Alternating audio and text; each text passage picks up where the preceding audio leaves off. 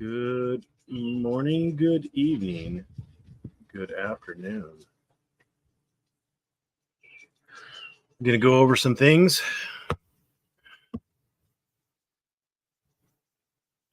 We're going to, can I pin that? Can I pin that? Can I pin it? Pin it to win it?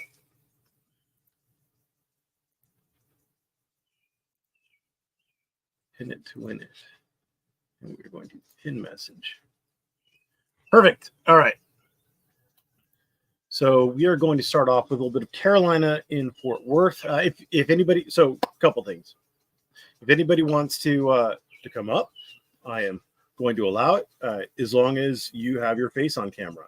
If you have your face on camera, you can come up and ask questions or tell me how stupid you are by making assertions that you know shit about. So it's open, it's available, but you gotta have your face on camera. If you say it, you put your face behind it. The other thing that I think everybody should be aware of in the caveats is that I am doing this for my Michelle, the genius, says, "Did you see the Carolina Fort Worth arrest? Huh. Look at your goddamn screen, Michelle. Look at your screen, Michelle. Look at your screen. Pull your head out of your ass, Michelle, and look at your screen. Jesus fucking Christ." So I do these for me when I go over the Earl Warden documents. I do it for me. I allow you. I can't see it. I'm on the phone. She's in the pooper. Michelle's in the pooper, taking a dump.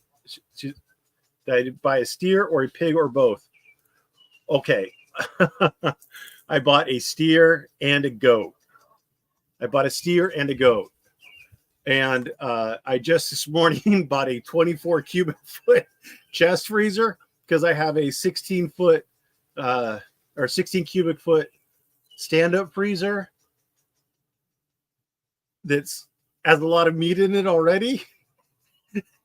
So this was like a $10,000 weekend for Johnny Bear. I spent a lot of money this weekend, but it was a 1,300-pound steer, and the goat was like an 86-pound or an 82-pound goat. So yeah, it was an expensive weekend, but oh yeah, so I do these for me. And if you want to follow along and see my thought process, great. Tomorrow, if you don't want to follow along, tomorrow I'll probably give you a very short driver's seat synopsis of the Earl Warden reply brief and whether or not I think it affects Earl Warden's odds of success. How long will this last? Like over a year? Yes, this is going to last a long time. But anyway, I do this for me, not for you. So take everything with a huge grain of salt. So this, to start off with, this is the Carolina and Fort Worth arrest. And I'm going to have to put in headphones for this simply because we can't have goat, beef, chicken, and lamb are all good. Pigs, not so much. They're full of toxins and nothing to get rid of. I hate to break this to you, Nevaeh, but pigs are freaking delicious. They're freaking delicious. Pigs are full of delicious meat. Meat is meat. And pigs are delicious. Let me just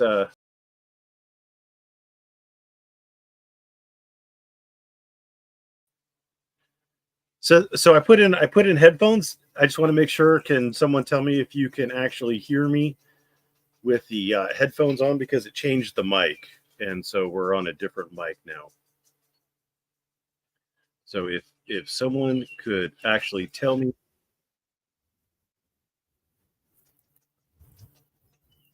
I can hear me. All right, good deal.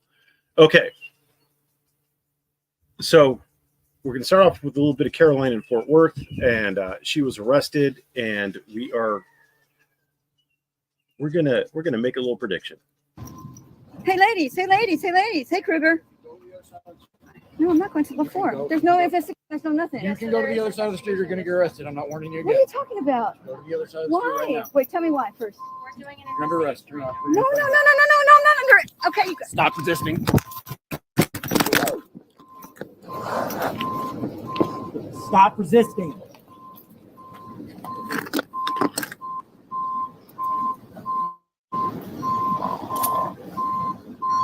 She's bleeding.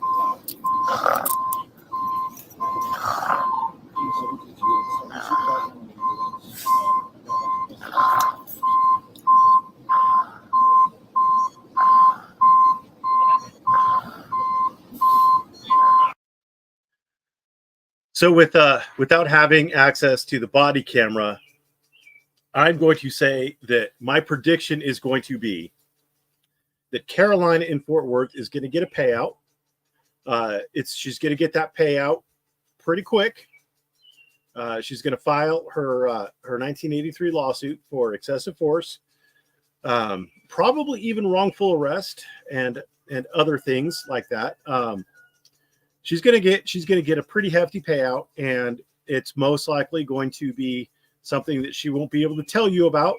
But I'm telling you, if I was a licensed Texas attorney, I would have the most giant hard-on ever to represent her in this.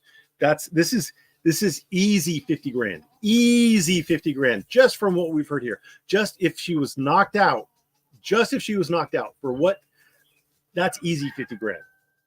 Easy. Would I take it on contingency? Yes. Absolutely. If I was a licensed and practicing Texas attorney, hell fucking yeah. This is money in the bank. They are going to settle this. They're going to get rid of it quick. It is easy peasy, lemon fucking squeezy. Give me the money. Let's go. So for those of you who don't like Caroline in Fort Worth and or think that she's a tool bag or whatever, she's going to walk away with some dollary dues in her motherfucking pocket. Lawsuits don't matter if you're a vegetable, heaven forbid. Well, that is true, but so if she is actually incapacitated to the point where she is permanently a vegetable, her family anyway is gonna make even more money. Kaiser will probably say she's lucky they didn't unalive her. Well, no, they're lucky they didn't unalive her. The whoever's going to be paying the fat check to Caroline in Fort Worth and or her estate is lucky they didn't unalive her.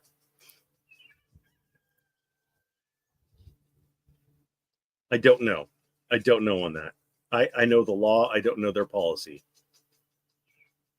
I don't know their policy. So anyway, that is that.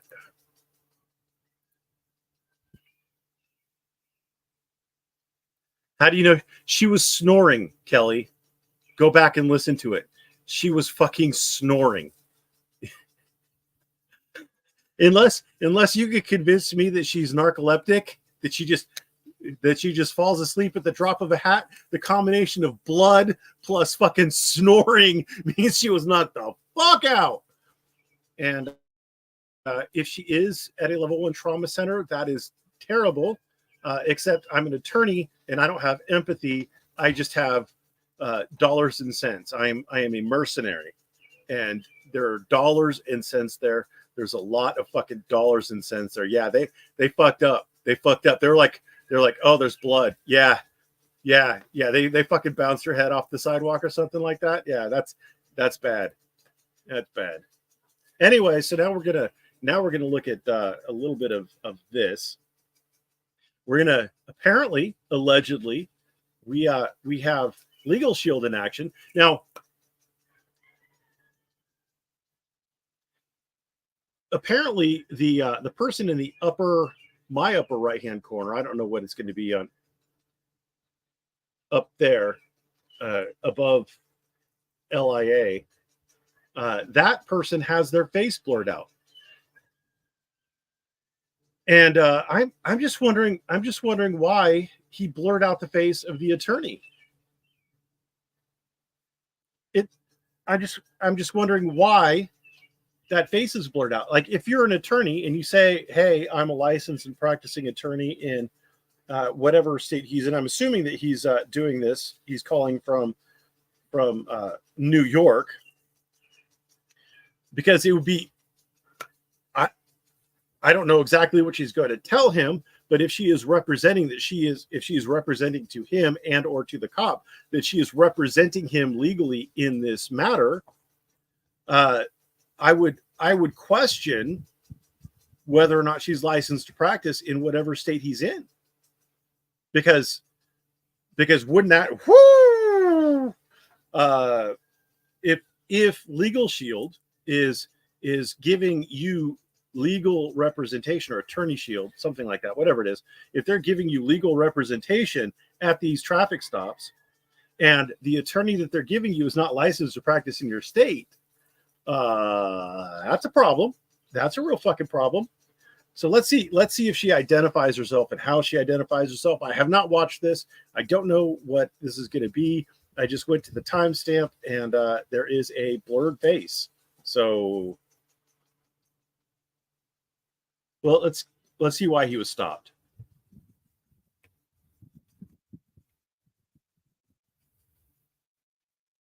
It's absolutely ridiculous what the law enforcement officer did here. So I'm on a traffic stop right now. So apparently we don't have any indication of why he was stopped, other than what he's going to tell us. And I don't trust that as far as I could throw him. And he's a fat man who allegedly wears a girdle. So, okay. That one appears on multiple @S for Attorney Shield. What's her name? What's her name, Cheeky Monkey 2? Let's find out if she's licensed to practice in whatever state he's in. No. Hi, Mr. Rice. Are you alone in the car? I'm alone in the car, yeah, here. Okay. Hi, officer. My name is I'm an attorney. My name is I'm sorry, I didn't catch that. What was your name again? Alone in the car, yeah, here. Okay. Hi, officer. My name is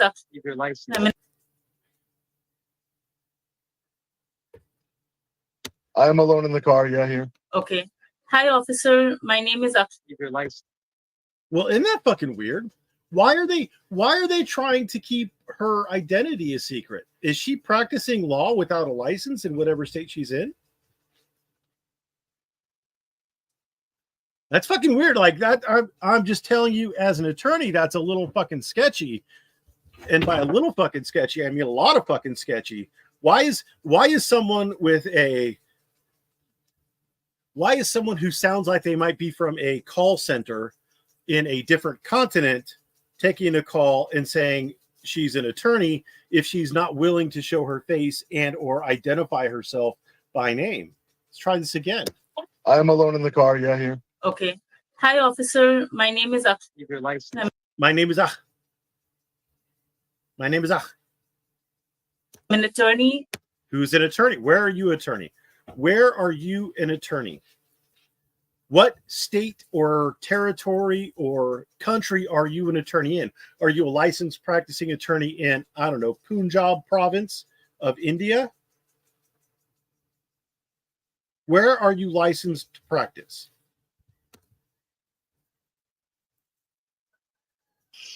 I'm an attorney. Congratulations. She says, I'm an attorney. And then what? You taking control of the situation? Huh? Have you already advised your client to shut the fuck up? Have you advised your client, do not talk, don't answer questions, give him your license and registration, and don't answer questions? Have you done that already? No, you haven't? Well, then you're batting 1,000. First thing I would say to my client is don't answer questions. Hand him your license and registration, any other documents that he demands. Don't answer questions. If he asks you where you're coming from, you say, I don't answer questions. If he asks you where you're going to, you say, I don't answer questions. If he asks you if you had any alcohol to drink, you say, I don't answer questions. Oh, we have Hello, Ray.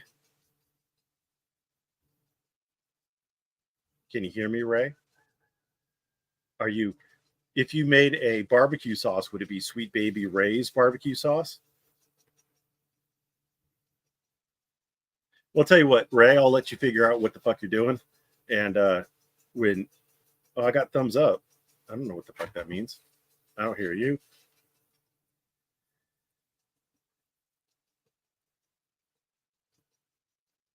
So anyway, Ray's just gonna chill out here and listen along, not say anything, I guess. No one can hear you, Ray. Yeah, no one can hear you. I guess Ray's going to be doing sign language for us. He's going to be educating people through sign language. Anyway, while Ray's figuring his shit out, his boomer moment. While Ray's figuring out his boomer moment, we're going to continue with this, and we're going to see what your attorney shield money is going to pay for. Sergeant Leo, so you wanted to retaliate against me for me? Well, thank you very much. So apparently the big gotcha moment was that Leah LIA had placed his license and registration inside of the attorney shield folder, as though that's going to scare a cop or something.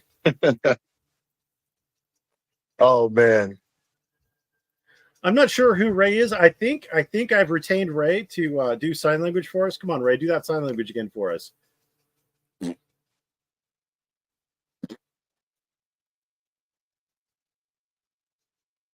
Sign language, Ray? Perfect. You do a good job, Ray. So Ray is going to be our ADA sign language person. So he's gonna, if anybody has any sign language issues, then there we go. I just hi, how are? So someone is asking if this guy has on filters too. Does LAA have filters on? I don't know. I can't. I'm not good enough. I'm not smart enough. What do you think, Ray? Do you think he has filters on? No one can fucking hear you, Ray. Anyway, so I don't know. I mean, who's or what's it? Who's the fat? The fat looks like a sack full of used diapers. Gal, bad skin, bad hair. Looks like $1 million through her filters. That gal uses a filter like while she live streams, and you really can't tell. For you, I just this officer was harassing people. I'm a partner with Attorney Shield.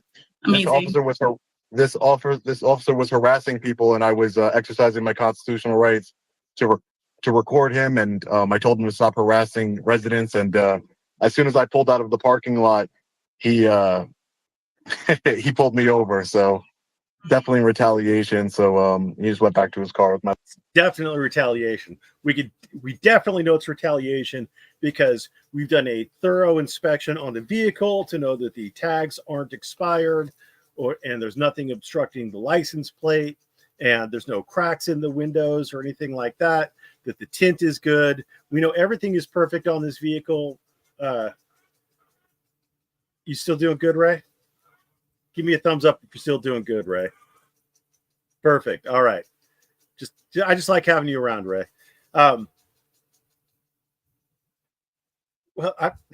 dude, if you think I'm gonna do fucking troubleshooting for you, you're even more retarded than I thought.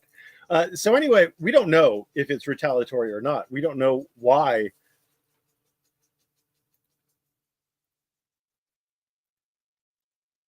I want to do you full screen. I don't know how to do him full screen. I'm not smart enough to do you full screen.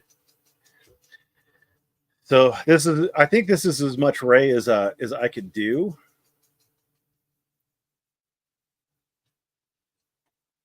I don't know how to make Ray bigger. Maybe if I do this, but then I do this. There we go. There's a big Ray. That's as big of a Ray as I can get for you. All right. So we don't know if it was or wasn't a retaliatory stop or not. We just really don't. All right, now we're going to go back to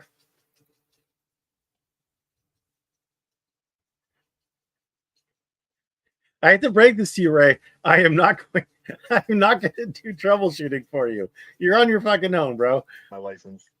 Okay, let's see how he responds. But I'm here in case you need any No problem. information. Mr. Rice, while we wait, I'm here in case you need any information. Like what kind of information?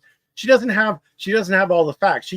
She has no ability to give him legal advice other than to shut the fuck up and don't answer questions because she doesn't know all the facts. I love you too, Ray. would you like me to apprise you of any of your constitutional rights? I presume you're well aware of them. Would you like me to advise you of your constitutional rights? Like which ones? Which ones? I assume you're well aware of them. Then what the fuck point is it to have you? If the whole thing that you could do is advise someone of their constitutional rights and then you assume they already have them, why the fuck are you even here? Bye, Ray. I miss you. I miss you, Ray. We had a thing. We had a thing, Ray. Oh no, that's fine. Thank you. I appreciate that. Thank you. So he doesn't even have her. Like I'm assuming that this is an advertisement for Attorney Shield. I don't really know. I don't really care. But assuming it is an advertisement for Attorney Shield, assuming he's getting paid to insert this into his little video, why wouldn't he have her advise him of his constitutional rights to give the viewing audience a sample of the brilliant insight that his attorney, like why not? Why can't we see what she thinks the fundamental rights are that he needs to know about are? Which ones apply in this situation? I understand. Hey man, just so you know, I stopped you for the fingerprint dogs. What'd you stop me for? Honestly, it's the window tints are too dark. Oh, the window tint is too dark. Ah.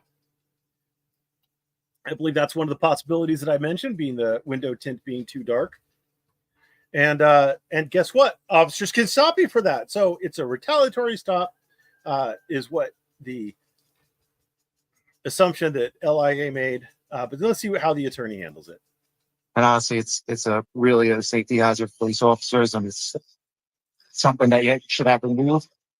You know, it's for our safety and for the safety of the motorists on the highway. Okay? So I have no. Again, I told you, I have no problem with anything that you do or anything like that. But again, it is a safety issue. People do get hurt all the time, and we'd appreciate it if you complied with the New York State BTL. So I just want to let you know what you're being stopped for. That's all. All right. So you didn't stop me because of the interaction earlier? I can't even see in the car, so. You didn't stop me for our interaction earlier? Any idea what the holdup might be? He's been keeping you waiting a long time. Yeah. Hold on a second. Did anybody else understand that? Any idea what the holdup might be? He's been keeping you waiting a long time. Yeah. Any idea what the holdup might be? He's been keeping you waiting a long time. How long, Attorney Shield attorney? How long can the officer keep you waiting? How long is too long? Give us some of your legal insights. Yeah, it seems like an unreasonable amount of time Yeah. for him to be stopping me. But again, this is for completely retaliation against me for me, exercising my constitutional rights and recording him and having a conversation with him regarding his harassment of citizens.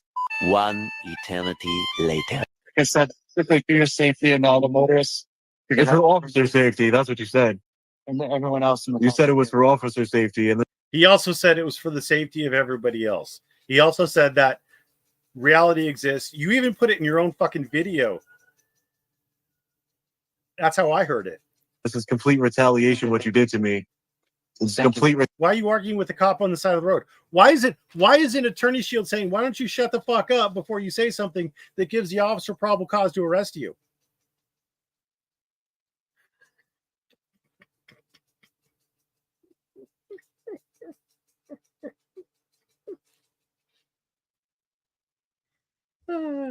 Why all of the hate against LIA? You don't even know the context, just blabbering and blabbering. Yeah, I do know the context. The context is what he said in the video. I'm literally playing the context for you, Vetus. And why all the hate? This is like the first stream I've ever done that even mentions LIA that I am aware of. Like, he is so not on my radar. Why the fuck do you think I hate him? Why do you think I have any feelings at all, good or bad, towards him? You dumb motherfucker. Why all the hate? Well, your vagina is a little bit tender, Vetus. Maybe you should get some ointment on that. Jesus fucking Christ. Why all the hate? My pussy hurts. Retaliation, what you did to me, Sergeant. Complete retaliation. All right. Well, Again, why didn't the attorney tell him to shut the fuck up? Why didn't, like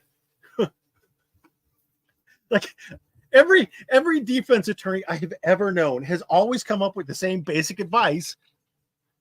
You shut the fuck up. Cop wants to talk to you at a traffic stop. You shut the fuck up. You hand him your paperwork and then you shut the fuck up. You say, am I free to go? Once he gives your paperwork back, and if he says yes, then you say, thank you, have a great day, and you fucking go. Like, where's the, why is what she is doing, why does that differ from every other defense attorney I know? Why does it differ from every other defense attorney that I know? Show me a defense attorney who does not tell their client, you've been stopped, shut the fuck up, don't answer questions. well, All right. Has he issued you a ticket at all? Has he issued a ticket? Are you gonna defend him on that traffic stop there, Miss from India? I love how there's a timer on here. Almost 35 minutes later. Yeah. Yeah. What does it mean? What does the timer mean? How long can they stop you? How long can they stop you?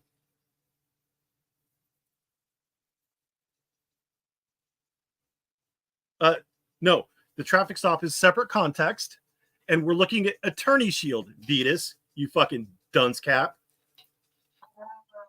He hands me the ticket. Well, I appreciate you being here, and He handed you the ticket. So attorney shield did fuck all. Attorney shield did fuck all. Woo! Pay for that attorney shield, boys and girls. Pay for that attorney shield. A reasonable amount of time. They can stop you till they're done with their doing what they need to do. Ticket at all? All right. Well, All right. Has he issued you a ticket at all? I love how there's a timer on here. Almost 35 minutes later. Yeah. So I guess the big selling point is that they have a timer. You can't just start your own timer on your own phone, right? He hands me the ticket. Well, I appreciate you being here, and thank you for doing your job. Thank you. Yeah. Thank you for doing your job. What the fuck was your job? What was your job? To basically be like moral support while you're getting a ticket? Yeah. 35 minutes. Yeah. I feel for you. Yeah. Why would anybody pay for that? Why would anybody pay for that? How is what he posted here a good advertisement for Attorney Shield? How does that help you at all? What benefit did he receive? An emotional support lawyer. Yes, this is very unreasonable. It's BS. Oh, tell me. Hold on a second. I got to back this up. I don't want to miss a word of it. So she's going to give us some legal analysis here, folks. Thank you. Yeah, absolutely. Yes, this is very unreasonable. This is very what? Right. Well, yes, this is very unreasonable. Yeah.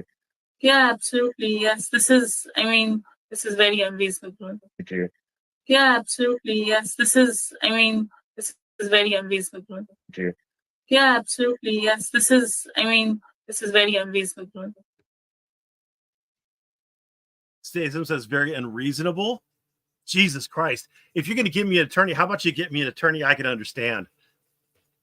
Yeah, absolutely. Yes, this is very unreasonable. What does that mean? Let's just assume that you can understand her, which thankfully my audience can understand her and has helped me out. Let's assume that it is very unreasonable. Then what? So fucking what? It's unreasonable. My lawyer says it's unreasonable. Congratulations. Now what? Fucking now what? Does that mean you get to sue? Do you have a cause of action? Now what? Does that mean that you get to have your ticket set aside? What is it? What does it mean that it's unreasonable? Right. Well, I'll take it up with him in court. Mhm. I really appreciate you. Okay. Yes. I'm gonna end Yeah. the call now. All right. My pen. All right, fellow people. Well, I guess everybody's been missing out on having Attorney Shield. It appears to be a huge value. It appears to be an amazing product that I think everybody should rush out and purchase. Wondering how often Verb calls the judge a fucking asshole. Well, I don't, because two things. Number one, I'm not sitting in my backyard doing this for me, not for you, you fucking douche canoe. When I'm in court, I'm getting paid to be professional, to advocate for my client. So you don't have to wonder how often I do it. I don't do it. But in this particular case, there wasn't a judge there, was there? One of these things is not like the others. We're not in court.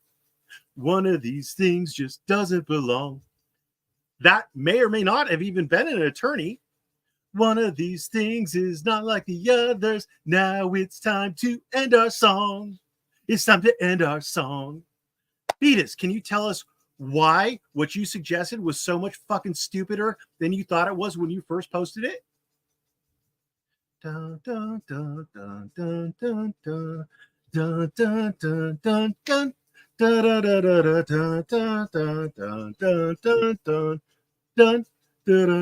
dun, dun, dun. Sorry, Vetus, you lose out. You don't win the daily double or whatever the fuck it was. You're dumb and you're wrong, and you should feel bad. So, how much time do we have before I have to switch out? 11 minutes. All right. So now we're on to the reply brief in Earl Warden's case. For those of you who don't remember, Earl Warden was News Now Houston, probably, at least for a time, the biggest auditor out there, i.e. the most subscriptions, the most views. He stylized himself to be the grandfather or the godfather of auditing. I don't remember exactly which it was, but he was very famous, very popular. And when I started making videos critiquing him, I got a lot of hate, which I loved. Thank you for your delicious tears. Oh, Vital, you win, sir. You win. Nice. Excellent. Chili's going to sue Attorney Shield for copying his trifold. Chili's trifold had more legal advice in it than Attorney Shield did in their entire stop with a live attorney. So what does that tell you? I don't know. You were never a fan of Earl? Well, congratulations. So so around 2019, because everybody always wants backstory.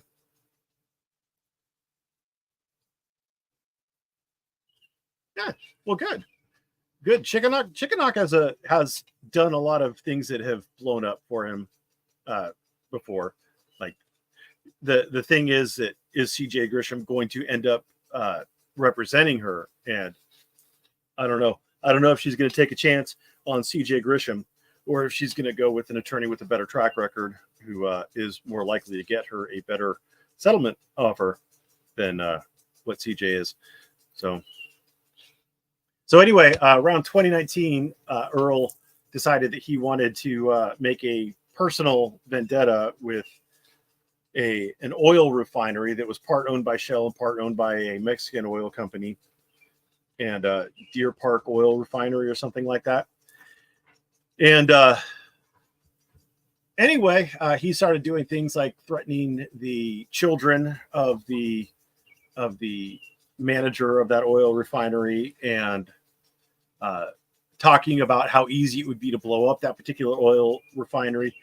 Just normal things. Just being a good citizen, telling how the security sucks there, and how if you put a bomb in one specific location, you can blow up the entire oil refinery. Things that totally don't get you put on a terrorist watch list. Stuff like that. Well, anyway, as one would expect, the police started investigating, and as one would expect, why is everybody advertising for CJ right now? Like, if you want to go watch CJ, go watch CJ. Apparently, CJ just started a live stream. I don't want to hear any more about CJ. I don't care about CJ. He's an attorney, barely, but I don't care about him, and I'm not going to go watch him. Yes, I bought a steer and a goat. And this morning I bought a 24 cubic foot chest freezer because I bought a steer and a fucking goat. So naturally, as one would expect, he started getting investigated. And when he started getting investigated, they looked for anything, because that's what cops do. Cops don't just cops like anybody. They just want to get you off the street. If you're a problem, they want to get you off the street. So what you see, like in a normal stop, is they'll run your background, they'll run your ID to see if you have a warrant, to see if you have anything that they could arrest you for that's locked in, that's easy, etc. And they'll make the arrest on those grounds because it's easy, it's convenient, etc. Right?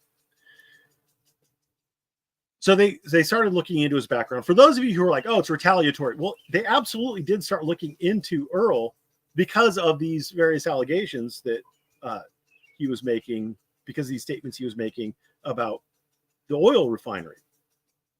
So it's 100%. Yeah, they did.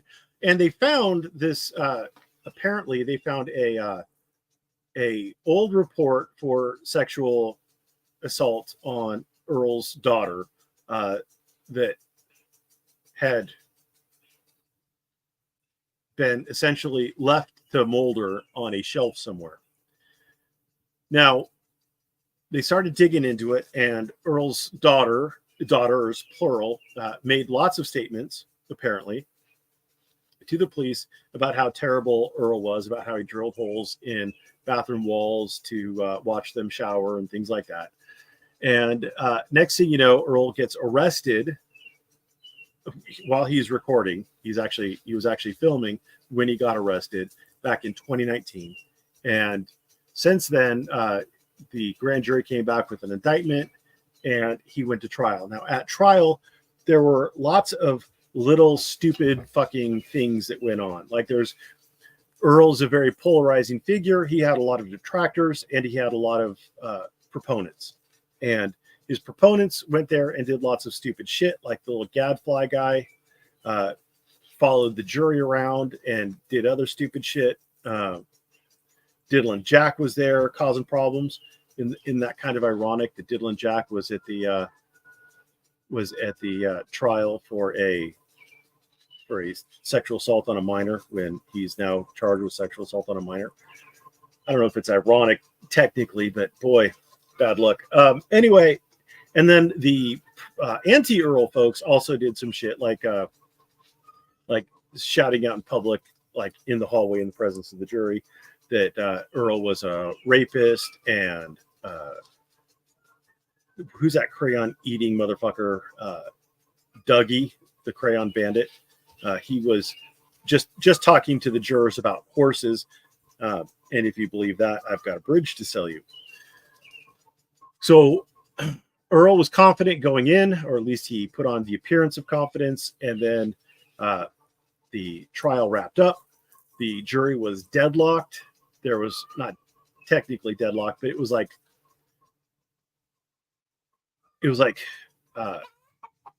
6-5 or something like that, with one.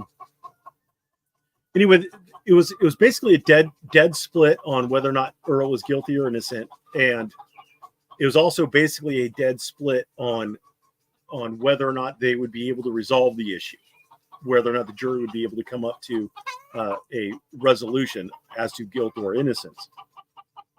So they went home for that evening. The next day they come back, and within like 2 to 3 hours, they have a unanimous decision that Earl's guilty, which is unusual. At least in my very limited experience, that would be very unusual. And so Earl Earl stipulated to a 25-year sentence because he is a 3-time felon, and he could have, in theory, been put in there for life. But he is 60 some odd years old, so he has like a 25 or so, 25 years. He's going to be like 85 or so before he gets out.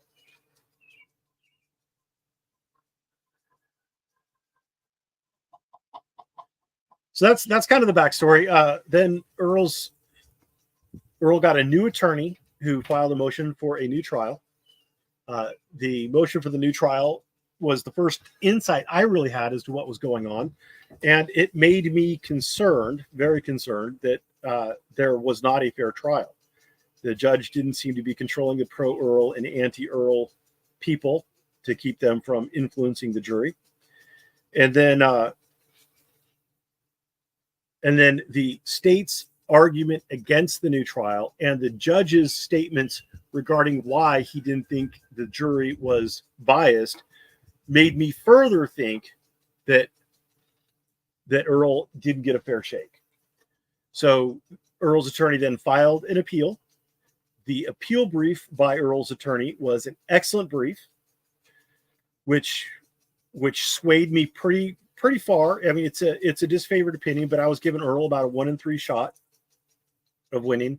The state's brief, which alleges that they didn't preserve a lot of their objections for appeal, tempered that down somewhat. I'm down to about like 10 to 15% chance of success, again, because it is a disfavored motion, a lot of it. And now we're going to look at Earl's reply brief. So this is their opportunity to sway me, at least, to get me to think that maybe Earl did not get a fair shake at the trial, and that maybe he should get a new trial. Because remember, the remedy for this is not that Earl gets to go free. The remedy for this is Earl gets a new trial. And I had an ASL interpreter. He gave up because he's a quitter. Ray is a quitter. So I've skipped down. We're at the start of the argument and authorities. The trial court erred in admitting the extraneous offense evidence, as trial counsel did not open the door to such evidence, and if he did, the admitted extraneous offenses did not fit within the open door. So Earl's attorney basically argued, at least this is my understanding of it, that you couldn't, this is the defense version anyway, that Earl could not have been sexually assaulting his one daughter every night because it was a small mobile home or trailer home, and there were like 7 people living in it, and you wouldn't have been able to do it every night for 2 years. And so based on that, it's time for me to go change stuff, but I'm just going to finish this thought before I do it. Based on that, the state brought in extraneous offense evidence, like allegedly Earl touched a different daughter's leg while teaching her how to drive a stick shift. He'd touch her leg when she needed to, I guess, to press the clutch or something like that. Allegedly, in front of his wife, he talked to that same daughter whose leg he touched about about masturbating with a Coke bottle or something.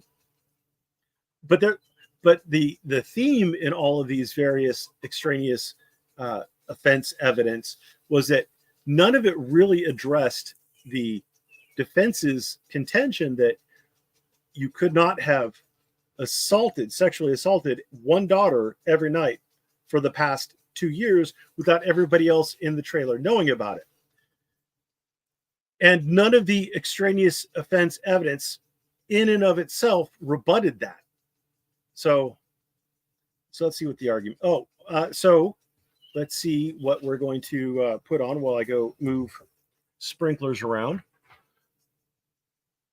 Let's see if we can't find something nice for people to listen to.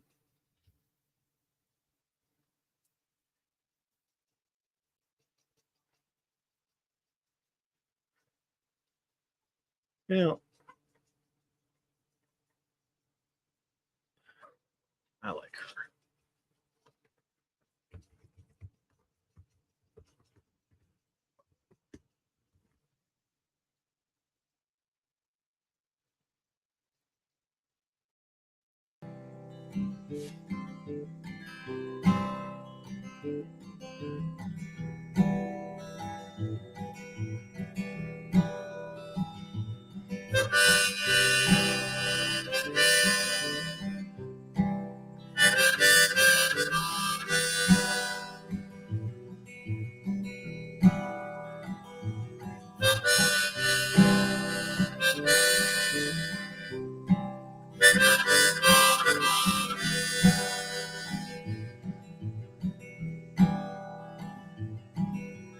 Couple of pretty flowers is what I brought to you. I saw you through a broken window, a different point of view, and you had signs of depression from a long line of sin in your face. Tells a story about the places you have been. I love you so.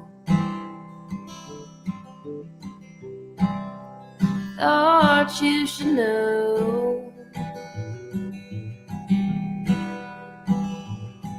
Now muddy water's flowing as you take my hand past the creek and down the holler and through your daddy's land. And I could buy you a diamond, but I cannot change the world, 'cause I ain't got no money. You'll never be my girl. I thought you should know. And you was gonna be a singer or a big movie star, but you can't catch no breaks, baby. And Hollywood is hard. Now you work down at the timeout off of 155, and you're dancing for your dollars, just trying to stay alive. It hurts me so. Thought you should know.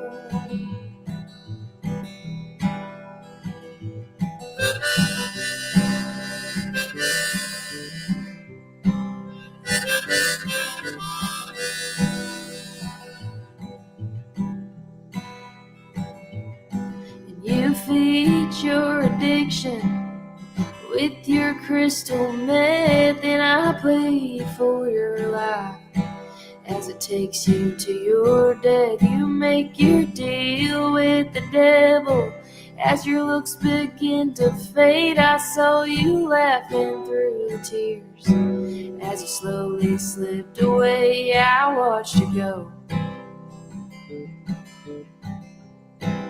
I thought you should know. Yeah, I watched you go.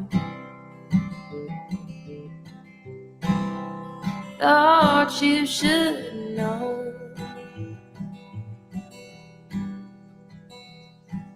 That cold rain is pouring as they lay you in the grave, and I can barely recognize you in your fragile state. No more signs of depression from a long time ago. I throw in a pretty flower as I slowly lay you low. It was a rose. Thought you should know. Oh, it was a rose. I thought you should know.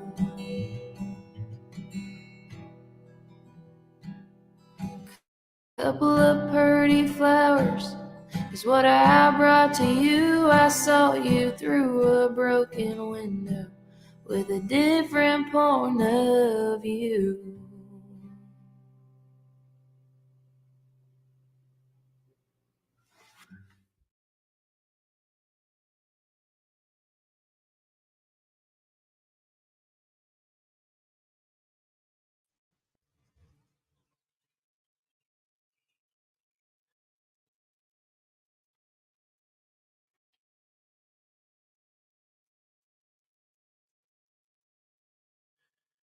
Okay, sorry about that.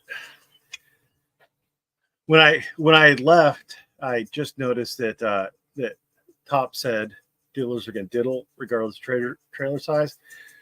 True, diddlers are more likely to get caught if it's in a small trailer, and the sheer fact that they found all these other instances, that these other instances were done in the presence of other people, etc., undercuts the state's argument that these acts could have gone undetected for 2 years. Literally, the state presented evidence of acts that were done in the presence of other people in a small trailer. Another fun little note is that back in the day, Earl accused me of being a PDF file, and I was working for an attorney at the time who had a law practice that was underneath a special needs school, and Earl made a review about that attorney where essentially he suggested that attorney was somehow a bad attorney for allowing me to work there because I am allegedly some sort of PDF file. Now, how you become an attorney with a PDF file conviction, I don't know. But apparently Earl seemed to think it was possible or something.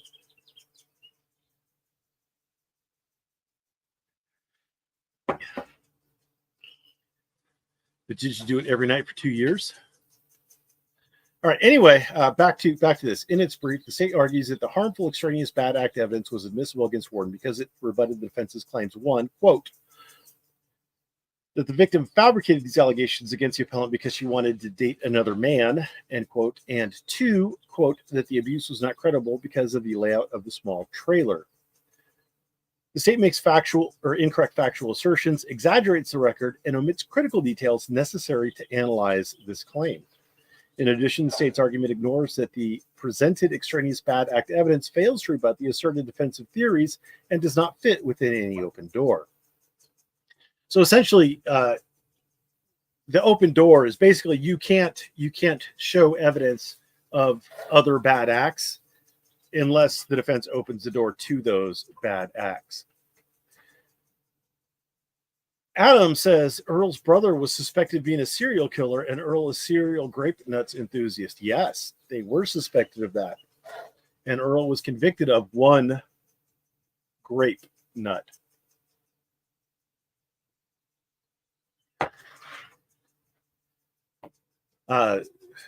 So something like this, what Adam is talking about, would not be admissible at this particular trial because it would be more prejudicial than probative, and the merits of that kind of accusation is limited. It is less likely to get to the truth of the matter as to whether or not Earl actually committed the bad act in question, and is more likely just to prejudice people, which obviously it prejudiced you because you seem to think that it's relevant and it deserves to be talked about, when in reality it is more prejudicial than probative. It doesn't go to any of the underlying elements of the crime, and it's salacious. That's just it. It's just salacious.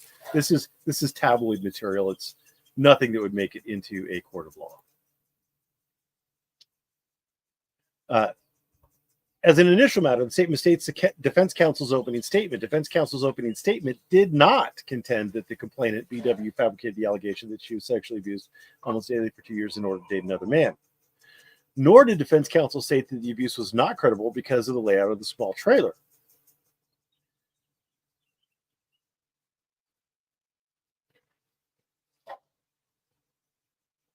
So this is pretty strong. I mean, to say that the state's brief essentially lied. So that's good. They're actually so the difference between this and Shilley's reply brief is that this is actually addressing the issues raised in the state's in the state's brief. Earl skated on some wild stuff forever. Maybe he did, maybe he didn't. I mean, if we accept every allegation is true, Adam, then we wouldn't need courts. And, you know, I think just about every president we've ever had would be convicted of grape nuts, because it seems like every president we've ever had has been accused of being a grape nuts enthusiast. So your statement is your belief, and that's great. You're allowed to believe that. Not that anybody fucking cares, but you're allowed to believe that. The difference is what has been proven. Has Earl been proven to have done these things? No, he wasn't.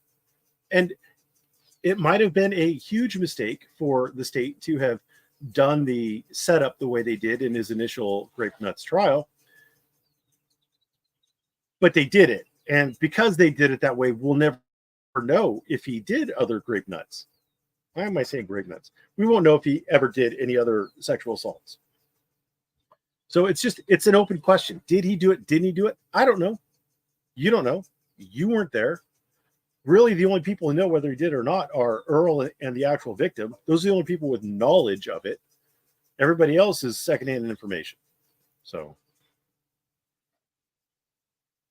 rather, defense counsel's opening statement was that when BW was 17, she was dating an older man who lived in the trailer park, that Worden and BW argued about her dating him, and that BW's original allegation was that during the argument, Worden held her down and tried to touch her breasts. I remember that argument.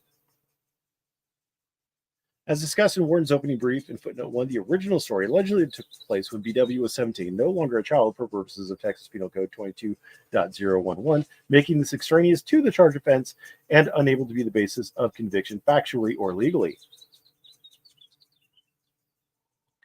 Additionally, trial counsel's opening remarks concerning BW's, quote, original story, end quote, attacked a collateral matter to the charged offense, and the state would not be entitled to present impeachment or rebutting evidence to that collateral matter. Interesting. Makes sense, but interesting. What's going on here? Counsel stated this was BW's original allegations for over 2 decades, and that she benefited BW from the story, and that it benefited BW from the story by being allowed to move in with her grandmother and escaping her parents' supervision. However, 22 years later, the allegation changed dramatically. BW now claimed that she had been sexually abused nearly every day for 2 years, even long before she started dating the older man. So before you go, and so I know that Earl's team would have phrased this as being a contradiction. I believe that the state's version of this is that BW started seeing a therapist, and the repressed memories of the sexual assaults were brought to the forefront, that she was able to remember them due to the therapy. Defense counsel's opening statement argued that it was implausible for sexual abuse to have occurred almost every night for 2 years in a trailer shared with 7 other people, especially since BW shared a bunk bed with a sibling without anybody else noticing. That's interesting. I was not aware that BW was sharing a bunk bed with a sibling. It would be somewhat unreasonable to believe that a father could molest his daughter nightly for 2 years while BW was sharing a bunk bed and have that sibling not know anything about it. That would stretch credulity. The argument emphasized that if sexual abuse had occurred nearly 600 times in such a confined place, someone would have witnessed it, yet no one did. The state is entitled to rebut these actual opening statement contentions, but the presented extraneous acts failed to do so. Both the state and the trial court only considered whether the extraneous acts appeared sexual in nature before concluding they were admissible against Worden. Whenever the wind blows, I get splashed. And it just got on my computer, so I'm going to move some things.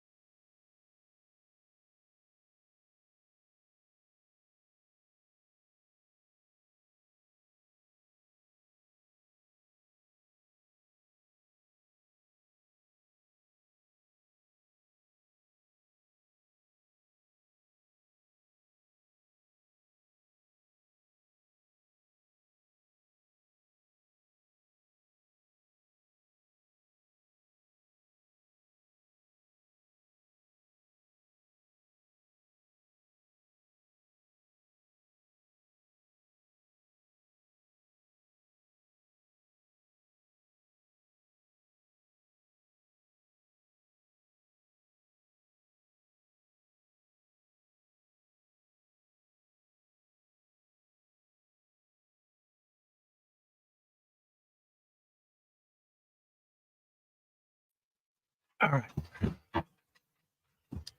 We have modified the situation. I find that water and electronics, generally speaking, hashtag not all, but generally speaking, don't go well together. Dog napper, orange cones. Have you been stealing dogs again? Again, orange cones? I mean, how many times has this been since I've known you that you've stolen someone else's dog? Terrible. Terrible. All right. So the state presented extraneous acts that were: one, BW witnessed, i.e., she was not the victim. Worden groping, touching, and putting his hands up JS's skirt, which JS herself directly denied. So because she witnessed it, it does not favor setting aside, or it doesn't address the defense contention that you can't commit these acts in a small trailer without someone witnessing them, because it was witnessed, right? Number two, JS was called into a room and told how to masturbate with a Coke bottle, which was alleged to have occurred a singular time, quote, in the direct presence, or underscore, in the direct presence of her mother and state's witness, who did not corroborate this claim.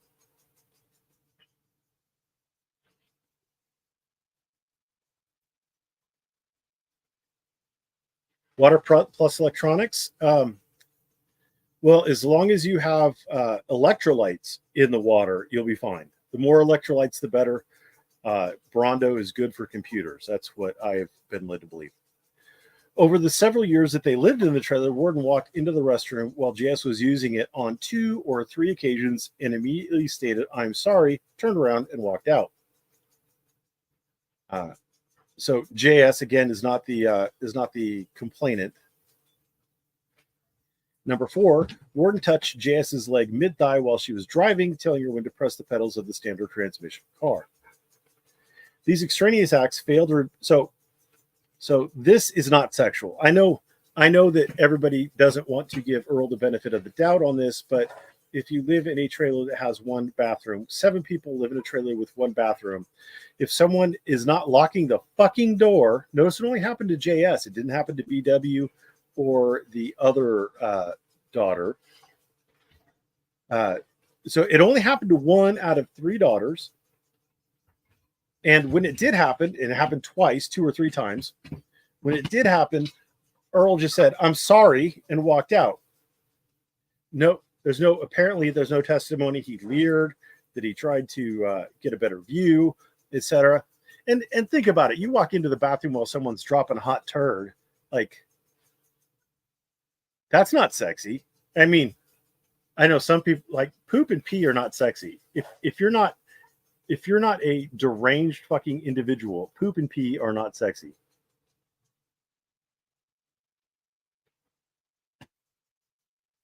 Excellent point, Vince. No one said there was no lock on the door. And again, imagine this. 7 people live there. 7 people live there. And 3 or 4 women, 3 daughters and the mother. And Earl only walked in on 1 daughter. And that happened 2 or 3 times. I mean, the odds against that are somewhat slim to none. But walking in 2 or 3 times, even over the course of 2 or 3 years, isn't a lot. No, they're fucking disgusting. And I don't care. I don't care if your voice is as sexy as Guadalupe guacamole, whatever it is. Even that, she started talking about it, I'm like, oof, gross. Poo-poo and pee-pee are not sexy. And I will go to my grave on that. What does Jeff say? 10 toes down, standing on business. That is gross. Exactly. Thank you, Teresa. Exactly. They are exactly a deal breaker. Ugh. Anyway, those extraneous acts failed to rebut the defense's opening statement contentions, which argued that the allegation to, oh yeah, sexy voice, but the whole, ugh. The state also erroneously claims in its footnote 2 that, quote, the defense counsel mentioned that he intended to attack the witness's credibility in his opening statement.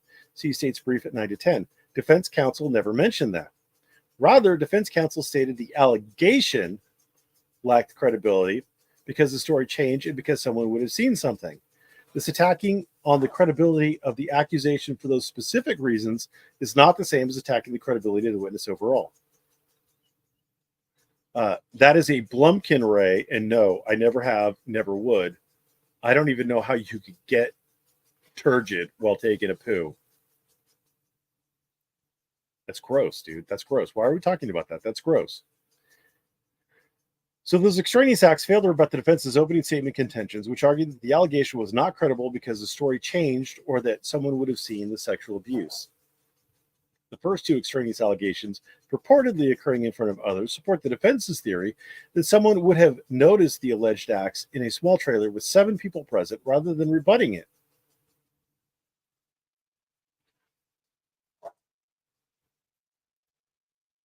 As he should. Hello, baby. As he should.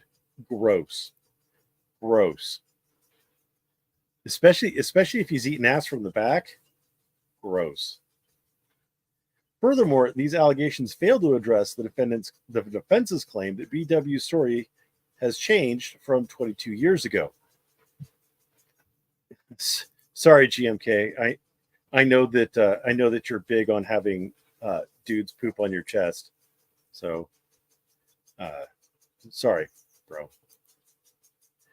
Can someone please poop on GMK's chest stat? They merely serve as propensity evidence intended to damage Worden. I agree. Those allegations do merely serve as propensity evidence. The allegation that Worden, in the several years that the family lived in the trailer, walked into the restroom while JS was using the bathroom on 2 or 3 occasions and immediately stated, "I'm sorry," turned around and walked out, also does nothing to rebut the defense contentions that BW's story changed or that someone would have seen 600 incidents of sexual abuse taking place in a small trailer with 7 other people present. Again, simply just offered bad act evidence to damage Worden. That wasn't a well-written statement.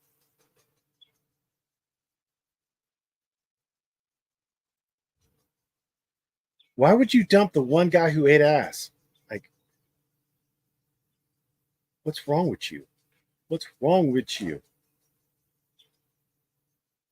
JS's allegation that Worden touched the middle of her thigh while teaching her to drive is also insufficiently similar to the allegations of the charged conduct. No nexus, connection, or similarity to the sexual assault allegations made by BW, all of which was alleged to have taken place in the trailer home. Nor does it rebut the defense's opening statement. Yeah, so driving is not taking place in the trailer, and it doesn't rebut the opening statement.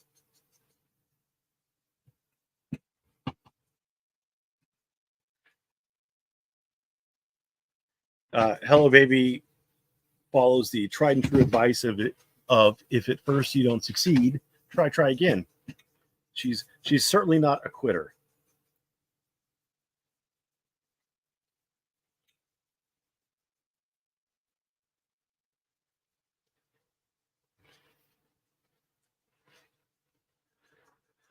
Finally, the state's argument that, quote, the other daughter still made sexual allegations and there's no indication that she had a similar motive is incorrect. See state's brief at 10 to 11. JS never made any sexual allegations and denied that she was touched inappropriately. That is why the state be lying? Somebody's lying. So he cites to the reporter's record, volume 6 at 38 to 39. Let's look at the state's brief, shall we? Probably already have it downloaded, but we're going to download it again. Going to download it again. Do.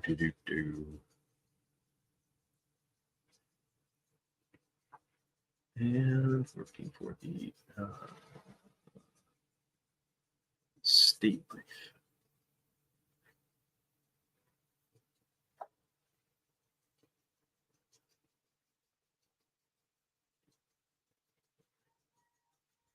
And they're saying it, state's brief at 10 to 11.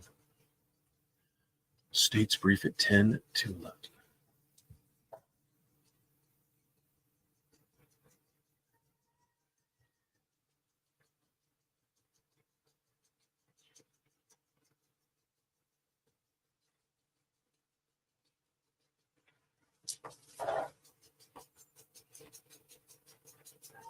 10 to 11.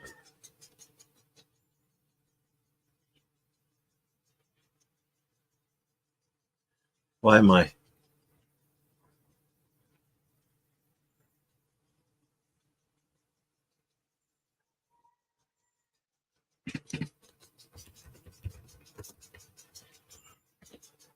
It was on page 10 to 11. I just missed it. Ah!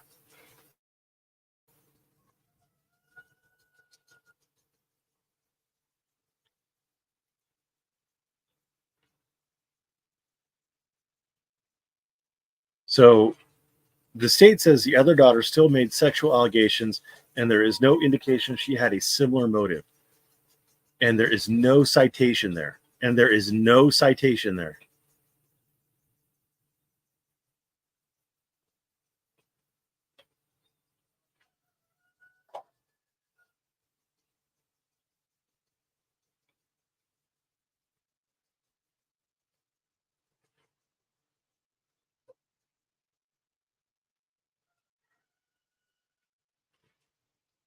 Who do we need to ignore?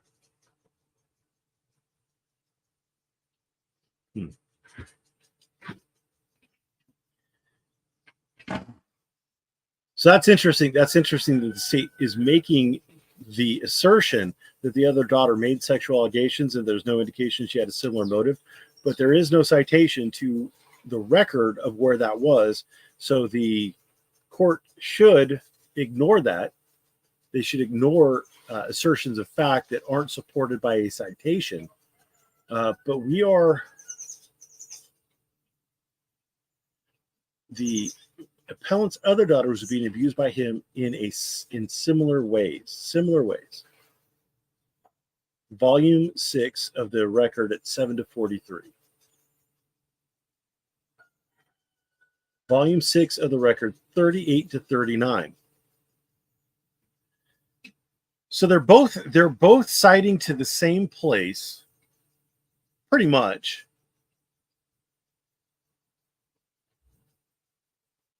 I don't know if they're I don't know who's lying and who's changing allegations and facts and things like that. 7 to 43,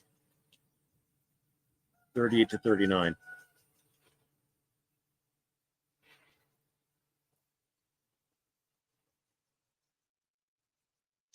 It would really be nice. It would really be nice, since they're only citing 2 pages, if they just actually put in the specific words stated by JS.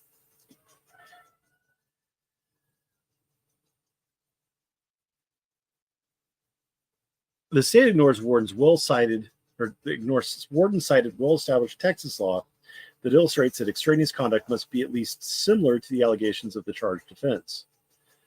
That should be pretty obvious. That needs to be similar to the charged offense. And touching the butt over the clothing is not sufficiently similar to penile penetration of the sexual organ that it logically serves to make it more or less probable that CE lied. Yeah, I remember that particular case.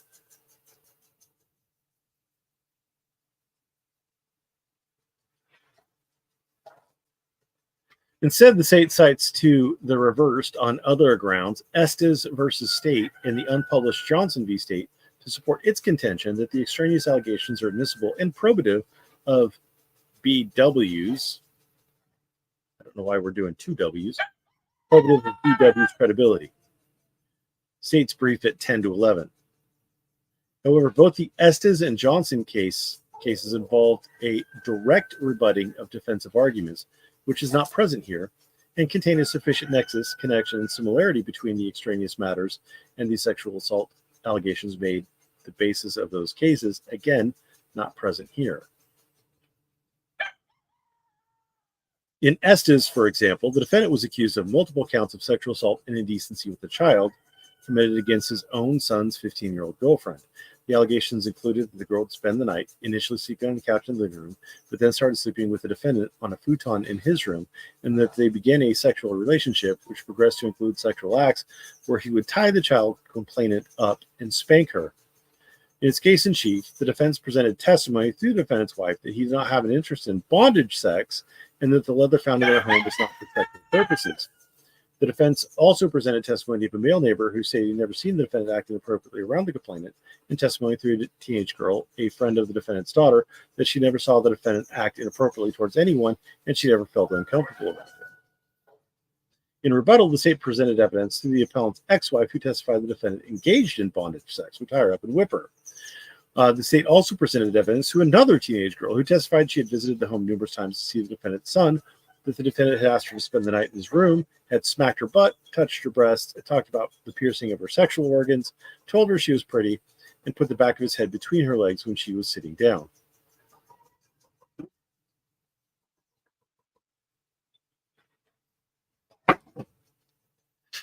The appellate court appropriately found that the evidence was admissible because it rebutted the defense contentions, and it did, as it directly rebutted the defense contentions and contained similar allegations to the charged conduct. This case is in stark contrast to both Estes and Johnson, as the extraneous allegations do not rebut the defense counsel's opening statement, and in fact support it, do not fit within any open door, and are not sufficiently similar to the charged conduct. Finally, an analogous hypothetical illustrates the issue. A female complainant in an assault case claims that a male assailant punched her in the face 10 times. Subsequent pictures show no visible injuries at all to the complainant's face. In the opening statement, defense counsel says you jurors are going to find that this allegation is not possible, not credible, because if she really were punched in the face 10 times, there would be visible injuries. Such a remark would not open the door to all extraneous bad conduct, even assaultive conduct, to which the defendant had ever engaged. Rather, the door would be open to things that actually rebutted defense counsel's opening argument. Like other similar alleged assaults, it also did not leave visible injuries. It would not open the door to other assaultive conduct, which left visible injuries like contusions, swollen eyes, or a busted lip, because such a situation would support the defense counsel's impossibility contention. That's true.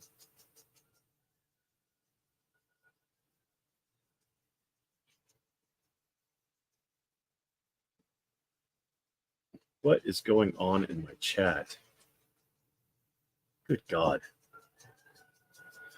The trial court did not apply appropriate limitations to the purported rebuttal evidence.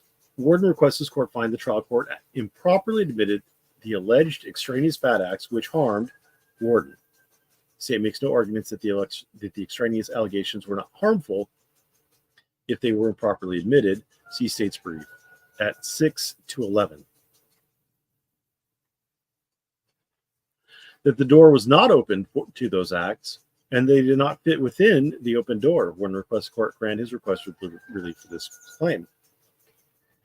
I think that was an excellent round one. That was an excellent round one. Yeah. Number two, the trial court erred in admitting the extraneous offense evidence in violation of Texas Rules of Evidence 403. In its brief, the state replies to Warden's ground of error 1 and 2 in a consolidated reply. Within that reply, the state discusses the relevant 403 factors this court considers, but then only argues in a single sentence that, quote, the extraneous allegations are very probative to BW's credibility, and they do not substantially outweigh any potential for unfair prejudice, and does not otherwise analyze or apply the 403 factors. The state also cites the Estes and Johnson cases, which Warden discusses in sections 1 supra. For the purposes of brevity, because the state does not analyze the specific factors, Warden incorporates herein his discussion argument from Section 1 supra, particularly regarding the correctness of the Estes and Johnson cases, where the extraneous evidence was properly admitted as it rebutted the defendant's contentions in those cases, and, unlike in this case,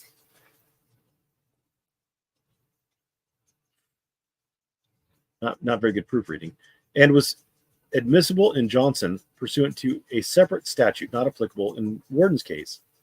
And Warden stands on his original briefing he presented regarding Texas Rule of Evidence 403 analysis. See first amended appellant's brief at 46 to 60.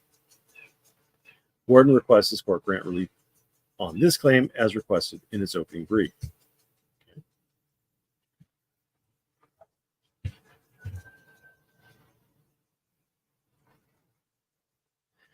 Number 3, trial counsel's opening the door to prejudicial extraneous offense evidence constituted ineffective assistance of counsel.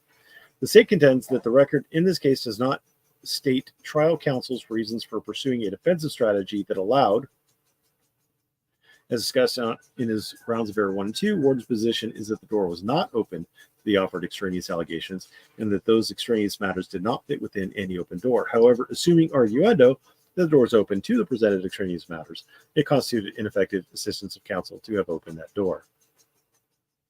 I'm already going to tell you at this point, I think this argument is a loser, but we'll see. The state introduced evidence of the extraneous allegations discussed in grounds of error 1 and 2 supra. The state ignores the trial counsel made numerous remarks at various stages of the proceeding. He was both aware of the danger of opening the door to extraneous matters and that it was his trial strategy to pursue a course of action to avoid opening the door. Quote, I've not intended to open the door to the extent that I have, and it's harmful to my client. I'll admit that later. I just want to be clear.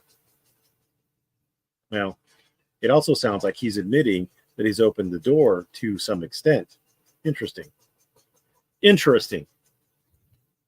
At trial, the state acknowledged as much. Quote, we were reassured several times by defense counsel he would not be opening the door. End quote. This was consistent with defense counsel's statement just before jury selection. Quote, I'll put on the record I doubt we're going to be opening the door of anything, and I don't intend to. End quote. And is also in line, why would you start a sentence with and? It is also in line with his strategy and success in winning the Texas Code of Criminal Procedure Article 38.37 pretrial hearing related to extraneous matters. So apparently he moved to suppress various matters pre-trial. The state argues that trial counsel's, quote, only viable defense would be that the victim is falsely accusing the defendant of these crimes, end quote, and that he, quote, surely was not expected to go through the entire trial without challenging BW's credibility or giving reasons why she could be fabricating these claims. In addition, as it did in its response to grounds of error 1 and 2, the state again widely expands defense counsel's opening statement as if it were an attack on BW herself and not the specific allegation made the basis of the case. And since the only available defense is to risk opening the door, these contentions are not accurate. Defense counsel can, and despite state's arguments in grounds 1 and 2 actually did, attack the substance of BW's claim, not BW herself. If defense counsel's opening statement opened the door to all extraneous matters, one equally effective way to point out the absurdity of her 600 sexual assault claim without opening the door, as was defense counsel's stated strategy, would be to state, quote, you're going to hear that BW claims she was sexually assaulted almost every night for 2 years in a small trailer and where she shared a bunk bed with her sister, and you'll hear that all the other 7 people that lived in that small trailer and were constantly present could see into the hallway and could even see in the very room, and none of them ever saw, heard, suspected, or witnessed anything on even a single occasion. You'll hear that the story changed over time. You'll hear contradictions between the state's own witnesses, including many contradictions between BW and Detective Reed, BW and her mother, BW and her sister, BW and her brother, BW and her cousin, and you go back and consider all this evidence when you reach the end, and you'll go back to determine whether the state has met its high burden in this case. Unfortunately for Earl, that's not what his attorney said. Although this is a simple example, it accomplishes all the defense counsel got out in his opening statement and more, and does so without risking opening the door to extraneous matters court allowed into the case against Worden. Who can be worse than Mr. Eline? I haven't seen any substantive briefing from Eline. I've only seen his YouTube persona. And one thing I do want to caution people on is that a YouTube persona may be different than what he would actually prepare and file in a lawsuit, specifically a civil rights lawsuit. That is where you can determine how good or bad an attorney is. Because, for example, I listened to A. Blair Dunn talk to James Springer on James Springer's stream, or a stream that had Springer and Dunn on it. And Dunn sounded reasonable to me. He sounded intelligent to me. He sounded all these things. And yet, once I actually read his brief, I'm like, oh, you're a soft sit. You're pretty fucking stupid. And I don't really have any respect for you as a attorney. Eline may be the exact opposite. Eline might be the kind of guy who just opens his mouth and lets the dumbest shit fall out while he's on a YouTube live stream. But then when it's actual time to get serious, he might pay another attorney or actually do the research himself and make sure that his I's are dotted and his T's are crossed and that he has solid support for every contention he actually makes. So we don't know. We don't know these things. So I'm sure a lot of people can be worse than Mr. Eline. Could be, in theory, potentially. I'm still shocked by how terribly both Dunn and Delphine argued that that lawsuit, Springer's lawsuit in New Mexico. I am somewhat eager to read the appeal. I really do want to know what grounds Springer's attorney thinks he has to get over the court's dismissal of all the issues and the allowance for a potential new complaint to be filed, amended complaint to be filed, solely seeking declaratory relief against the chief judge of that particular district court. That'll be interesting to see. That will be interesting to see. Finally, the state makes no argument that if counsel's performance was deficient, that Worden was not prejudiced as a result, as Worden presented in his brief. Worden requests the court grant relief on this claim as requested in the opening brief. Again, it's a bit of a loser argument. I'm sorry. There's a reason why they didn't lead with that. That's a secondary or tertiary hope that there's ineffective assistance of counsel, but it's unlikely to prevail. The trial court erred in admitting the improper opinion testimony of Detective Reed, a child sex abuse investigator and expert who opined that the complainant was credible. Yeah, I think that was an error. Is that a sufficient error to give Earl a new trial? I don't know about that. The trial court erred in admitting the improper opinion testimony of Detective Reed, a trained child sex abuse investigator and expert who opined directly over trial counsel's objection that the complainant in this case was credible and reliable. And I never started my goddamn timer.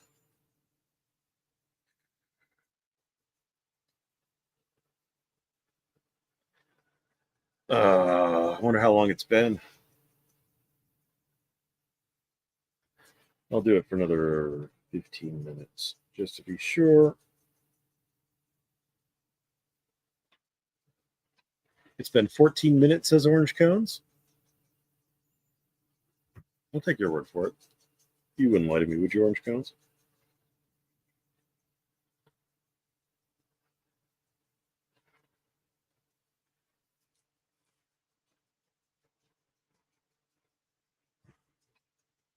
All right. So the trial court erred in admitting blah, blah, blah, that the complainant of this case was credible and reliable based on his senses and her emotions through a telephone call. This is a better argument for Earl because the state is attempting to use Detective Reed's assessment of credibility to supplant the jury's assessment of credibility. The state responds that defense counsel failed to timely object to this evidence and that any error is waived. Oof. Oh yeah, that's right. So he testified about it, and then after that, after he made his answer, then the defense attorney objected.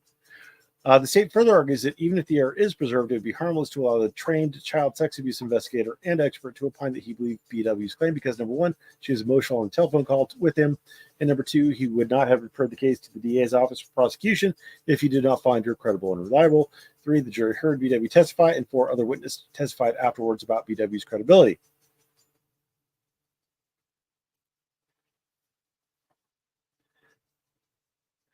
See, that was completely unsolicited, and that's what's so fucking funny to me is that forever Darcy is going to be accused or at least suspected of taking crib notes from my videos if he ever makes a video on something subsequent to me. That's fucking funny. And everybody's like, oh, you don't have any proof. You must have watched his video if you know that he did that. I'm like, no, I haven't watched his video. The funny thing is that other people, without me doing anything, are coming up with this shit. And I think it's fucking hilarious. Like dude just took it in the shorts on this particular exchange with me. Like, he did not know what the fuck he was doing. Oh, that poor bastard. That poor bastard. But I hear he tells good dad jokes or something. Everybody always wants to tell me that his dad jokes are funny.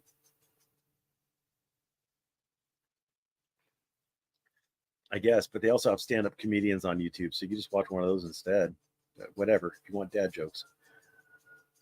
Okay, where are we at? The record supports that trial counsel timely objected, as the record illustrates that trial counsel made objection as soon as the objectionable nature of the evidence became apparent to the defense, and that his two objections were overruled as both subsequent answer. Defense counsel objected to the question regarding credibility and to the subsequent answer, wherein Detective Reed was permitted to fully elaborate as to why he found BW credible and reliable. And because he received an adverse ruling to both of these objections, a motion to strike was unnecessary to preserve error. See, it's timely objects. And if I remember correctly from the, let's see.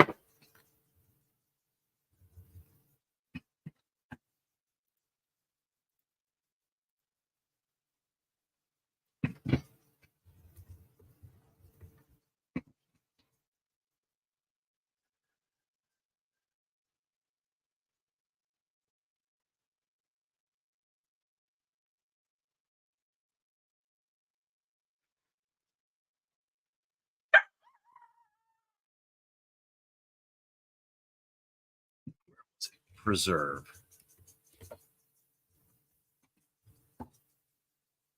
Page 19 or so.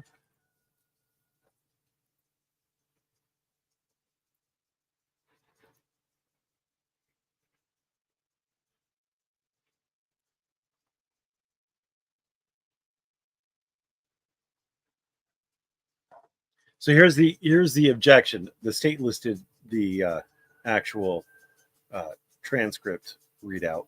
In speaking with this is the prosecutor asking, in speaking with BW, did you find her to be credible and reliable? Answer: yes, ma'am. Question: why is that? Answer: would I talk to her? And then defense counsel says, I'll object to this last question about the credibility of the witness.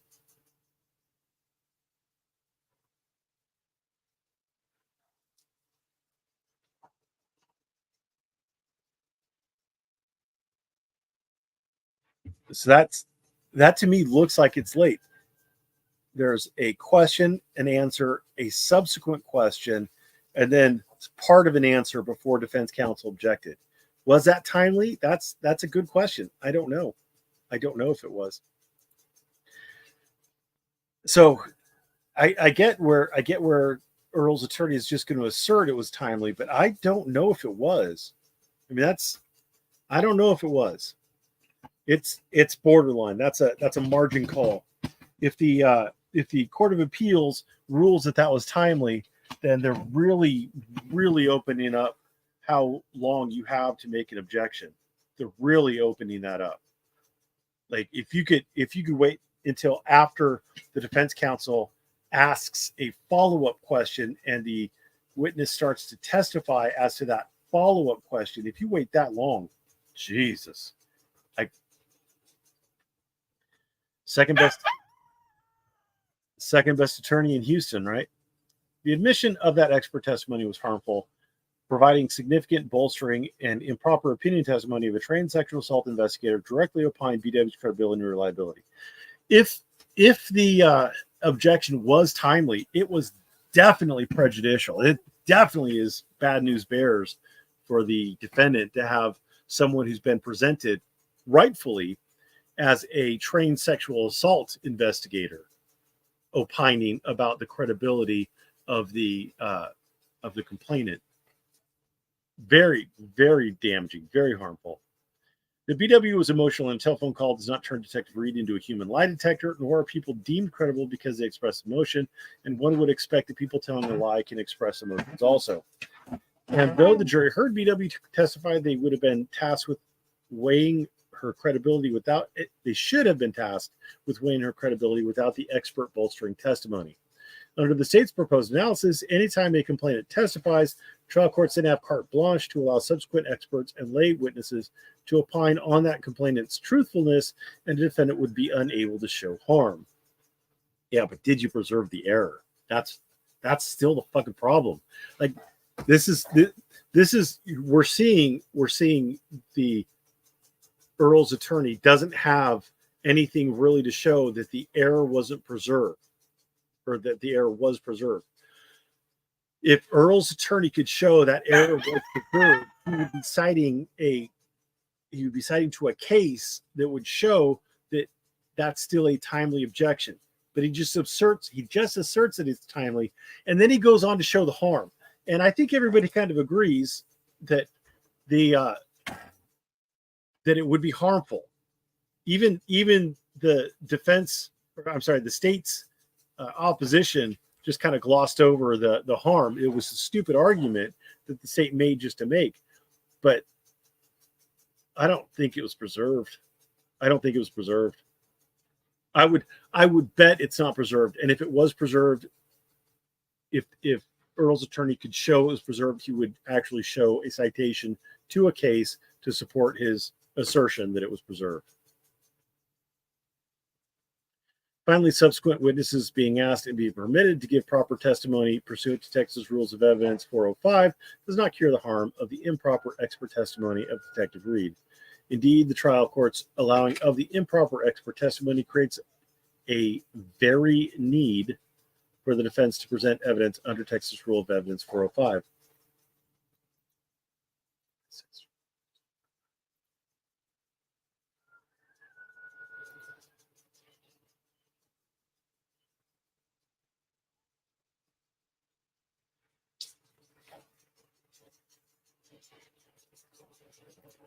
So they were looking into credibility.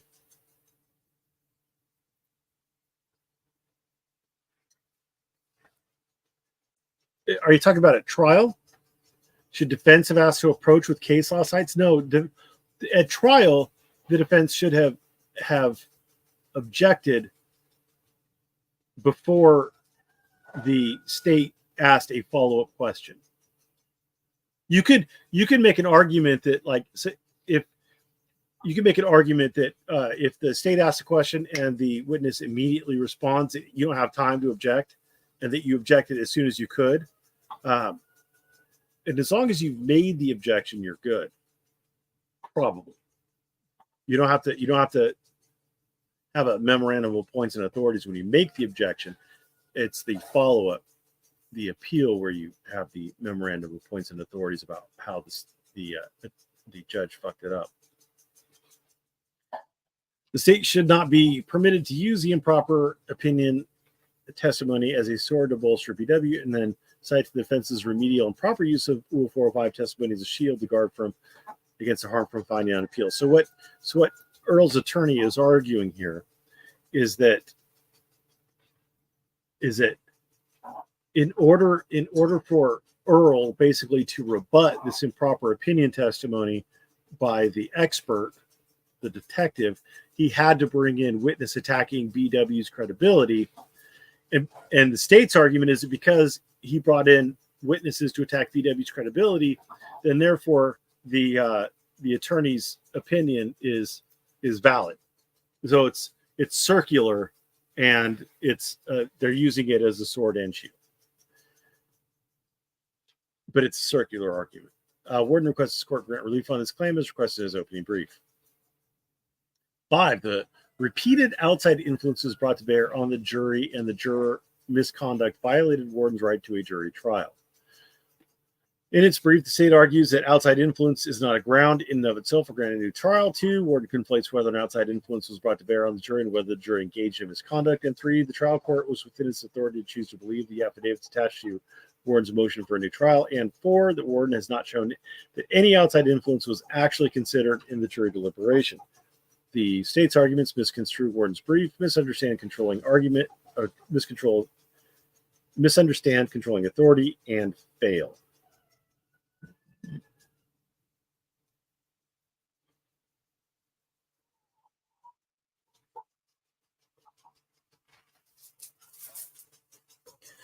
Worden presented this constitutional claim as being deprivation of his due process right to a jury trial free from outside influences pursuant to the 6th and 14th Amendments to the U.S. Constitution, not as a standalone, quote, outside influence, end quote, ground.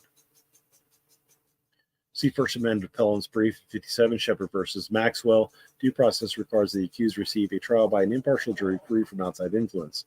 See generally McCory versus State, granting relief on Appellant's 6th and 14th Amendment claims rooted in outside influence and juror misconduct. Warden does not conflate outside influence and juror misconduct, so that's an oopsie doodle on the state's part.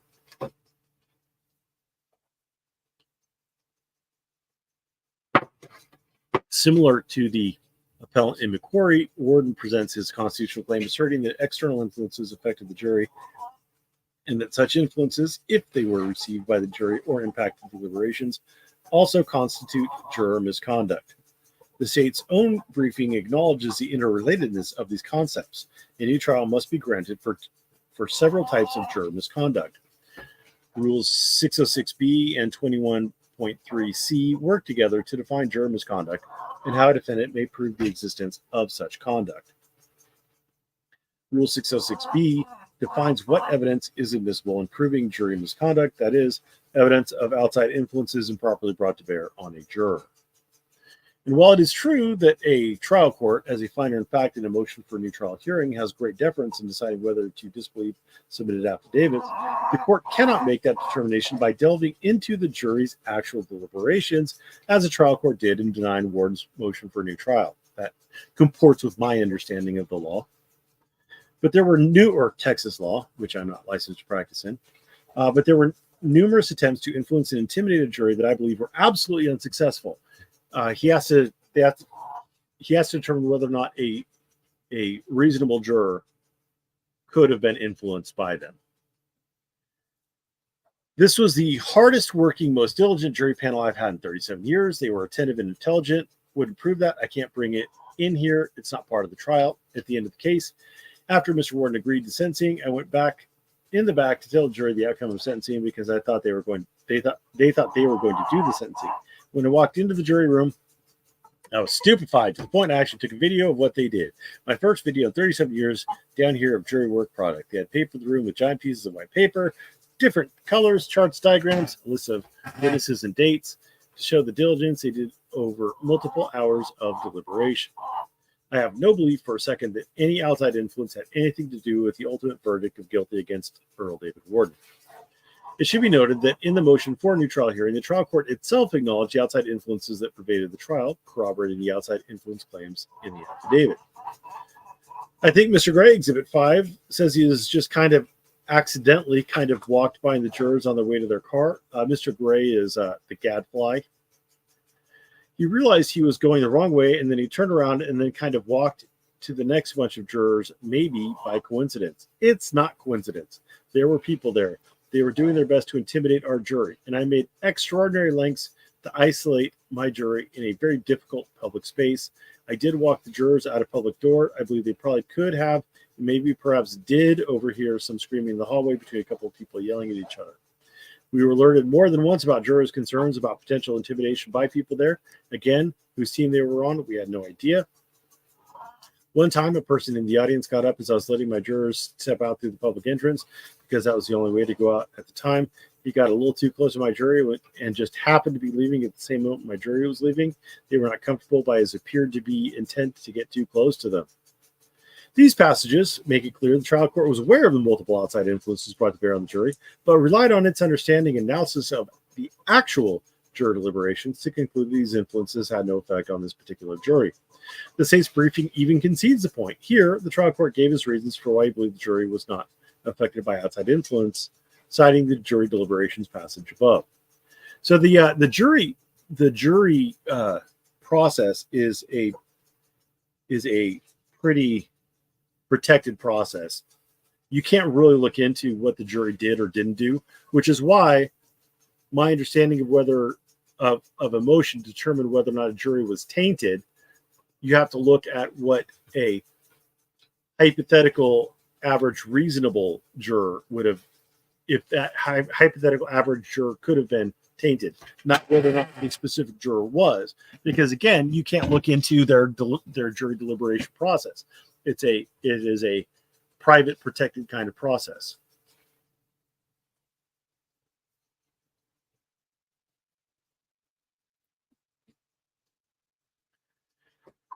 Contrary to the trial court's approach and the state's final argument on this point of error, Warden is not required to show that any outside influence was actually considered in the jury deliberations.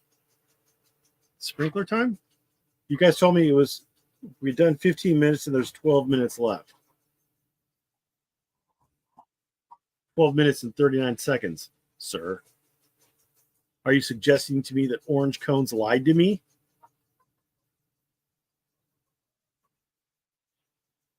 I got 12 and a half minutes is what my timer says now. You bastards. You bastards. Wasting all sorts of precious water.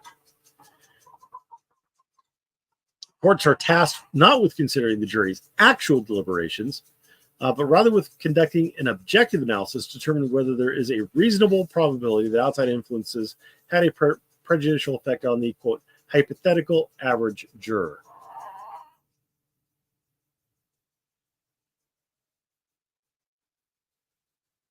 Oh, you start giving me lip, orange cones. You're the one who said it had only been 15 minutes or 14 minutes.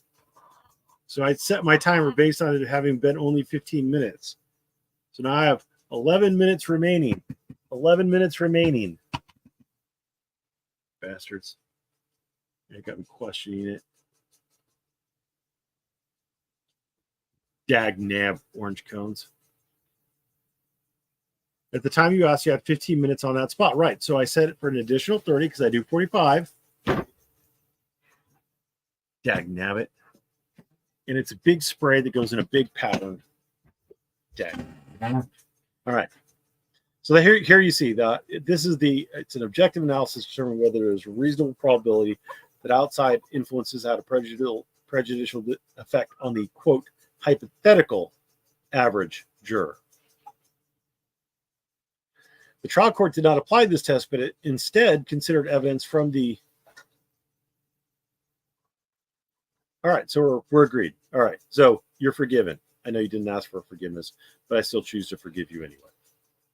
The trial court did not apply this test, but instead considered evidence from the jury's actual deliberations to conclude that the affidavits were not credible, despite the court itself recognizing the presence of outside influences. So that is a good argument. Whether or not Worden will win on it, The trial court erred in denying Warden's motion for a new trial, as the court improperly considered juror deliberations when analyzing outside influence and juror misconduct claim. For the purpose of brevity, Worden incorporates a briefing from pages 23 to 26, supra, regarding the trial court's improper considerations of the jury deliberation evidence on this ground of error. The state contends that Worden did not preserve and waive this claim by failing to object to the trial court's recitation and consideration of the juror's deliberations when it was enumerating the reasons for denying Warden's motion for a new trial, and that it was free to consider the jury deliberation evidence because Rule 606 only prohibits the jurors from testifying about their deliberations. The state's argument ignores the crux of the presented issue that the trial court analyzed Warden's claim under an incorrect legal standard, looking to this jury's actual deliberations rather than examining how hypothetical average juror would be affected by the outside influences in this case. Additionally, Worden told the trial court, and in specific detail sufficient to comport with Texas Rules of Appellate Procedure 33.1, that it was improper to considering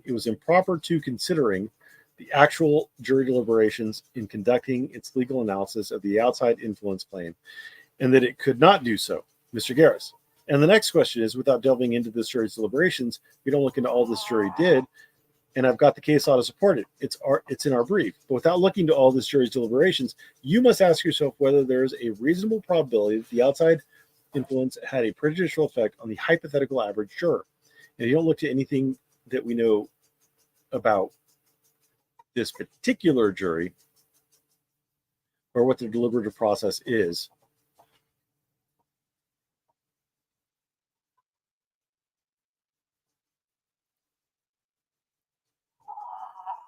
Absolutely, it's ditch water.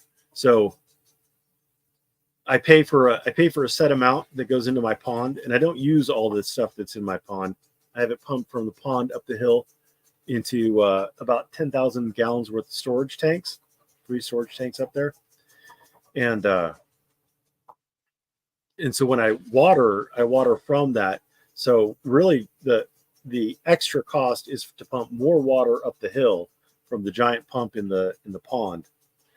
So it's an electrical bill, really not a water bill, because I could never use a miner's inch of water doing what I do. And so you don't look to anything that we know about this particular jury, what the deliberative process is. We look merely at whether there's a reasonable probability that a hypothetical average juror would have been affected by these types of outside influences.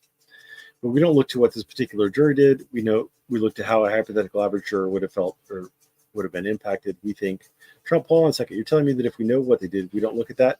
We look at what a hypothetical person would have done under these circumstances. Mr. Guerra says,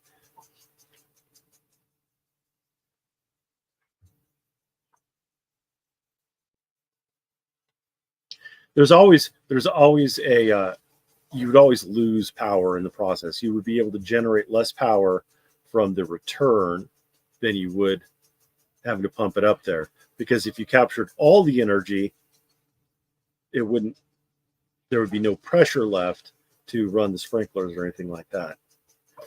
So you can't capture, physics, you can't capture all the energy. So, and any energy you did capture would reduce the force of the spray.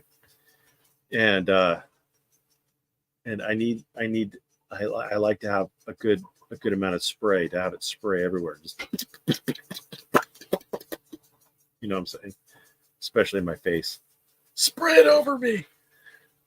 So Mr. Guerra says, well, that is the standard, and I've got citations for that. There's several in there, and it all cites back to a case called Coiler versus State, the Texas criminal appellate case from 2014. But the citation that for this judge is on page 17, blah, blah, blah, blah, blah, blah. Despite the detailed and particularized discussion, the trial court admitted it considered the information and conducted an erroneous analysis anyways.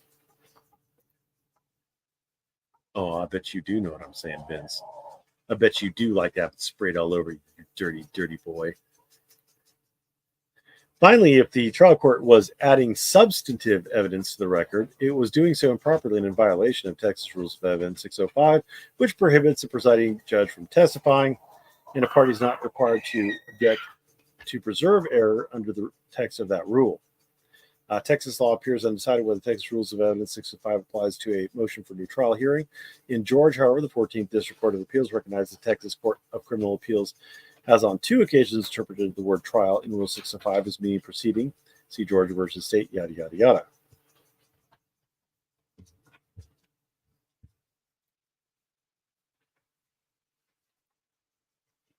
And a party is not required to object to preserve error under the rule of that text. This rule is construed to prohibit a judge's direct testimony, but also the functional equivalent of witness testimony, which is what occurred in the trial court when the trial court began recounting its post-deliberation observations of the jurors' deliberations in the jury room after the trial was over.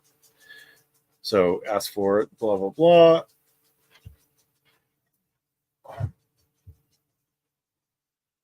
There's nothing for 7.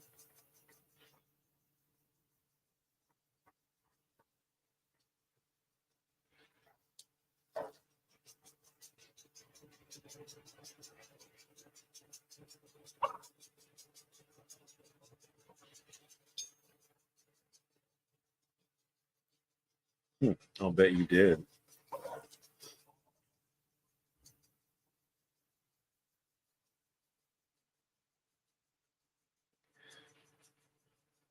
Why was there nothing? Oh, so they're doing 7 and 8 together. Okay. Unified heading. State argues that the trial court's statement to the jury during deliberations, 25 years of dysfunctional family, does not constitute a material comment on the weight of the disputed evidence. The state recognizes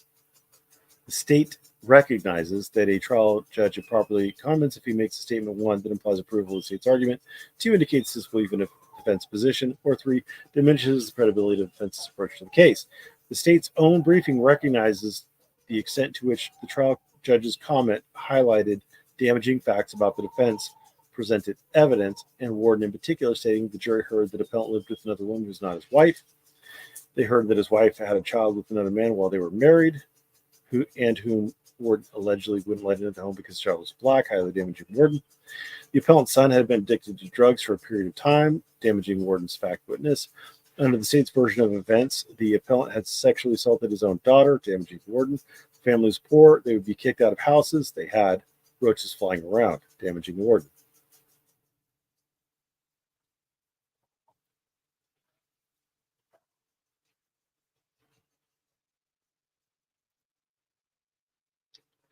The trial court's commentary diminished Worden, the head of the household, and this diminishing and negative commentary was material. The effect of this commentary was that it also implied approval of the state's arguments and presented facts, which were similarly looking to diminish Worden. The state also argues that Worden had not preserved his constitutional due process complaint regarding the trial court's comments and cites what it describes as a line of authority, which never has commanded a majority of the CCA at the CCA. That's the Texas Court of Criminal Appeals, which is their criminal state court or criminal Supreme Court. The Texas Supreme Court only does civil matters. The Texas Court of Criminal Appeals is the Supreme Court for the purpose of criminal matters. A line of authority which has never commanded a majority at the CCA that allows a defendant to dispense with an objection when the comments, depending on which non-precedential one consults, either taint the presumption of innocence or show the judge to be biased. The state is incorrect. There is a line of authority commanding a majority at the CCA that permits a defendant to dispense with an objection in the event of a trial court making an improper comment to the jury, the majority opinion of Proenza versus State.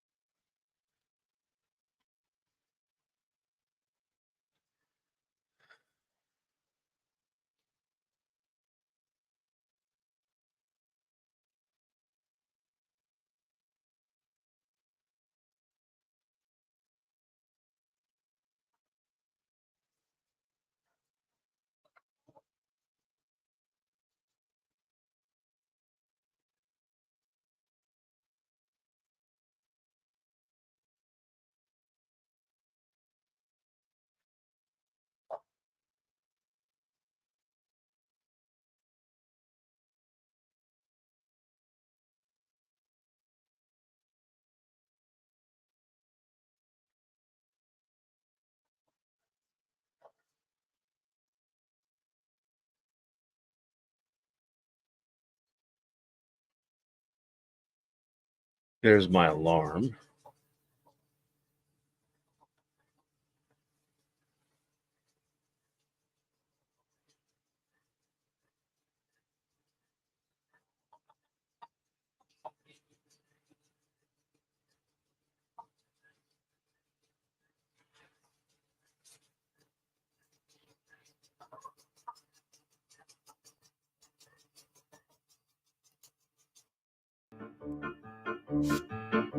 Ich liebe sie nicht mehr, sie behandelt mich wie Dreck. Früher liebte ich nicht so sehr wie sie, jetzt will ich nur noch weg. Sie meckert immer zu und quält mich bis aufs Blut. Ganz egal, was ich auch tu, sie findet es nicht gut. Sie ist ein wahrer Drachen, ein gemeiner und perfider. Ich muss dem ein Ende machen, doch ich sage immer wieder: Ja, Schatz, du hast natürlich recht. Ja, Schatz, ja, ich weiß, das war schlecht. Ja, Schatz, nein, ich möchte keinen Streit. Ja, Schatz, es tut mir schrecklich leid. Das kann doch gar nicht sein, ich meine nein und sage ja. Das war schon immer mein Problem, auch damals vorm Altar. Der Teufel soll sie holen, sie bringt mich noch ins Grab. Doch ein Freund hat mir empfohlen: Mensch, jetzt hakt die Sache doch mal ab. Ja, genau, die Idee ist genial. Na warte, Frau, wenn du mich wieder mal mit deiner spitzen Zunge piesackst, hack ich die Sache ab. Mit der Axt. Auch wenn du dann Reue beteuerst. Zu spät, ich hol die Axt. Das war das letzte Mal, dass du rumzugreifen wagst, weil ich hab ein Beil. Ich will, dass du winselnd in dir zusammensackst, wenn ich vor dir stehe mit der Axt. Weil du unentwegt an meinen Nerven nagst. Mit Axt, weil du mich mit plumpen Plattitüden plagst. Mit Axt, weil du alle meine Freunde mir verjagst. Weil die Axt das Einzige ist, was da noch hilft, wenn du mich fragst.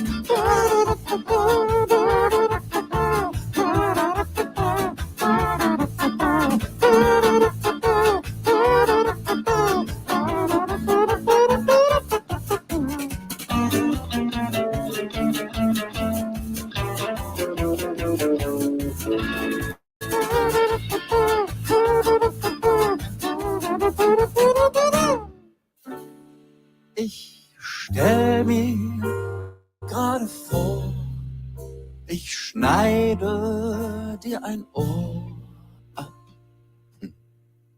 Ach was. Papalapa. Ich schneide beide ab. Ich schwinge guter Dinge, meine Axt und singe, als ich mit der Klinge deinen Hals durchdringe. Ich treibe eine Kluft durch Luft und Speiseröhre, zertrenne Muskelstränge, wobei ich leise höre, wie schön dir doch im Nacken deine Knochen knacken. Doch genug der Worte, Taten warten. Ich gehe in das Bauhaus und suche mit Bedacht eine Axt von meiner Frau aus und warte auf die Nacht.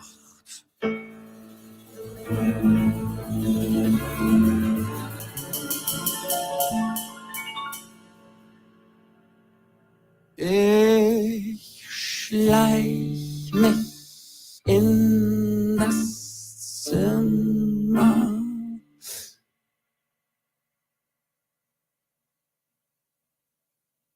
Da liegt sie tief im Schlaf.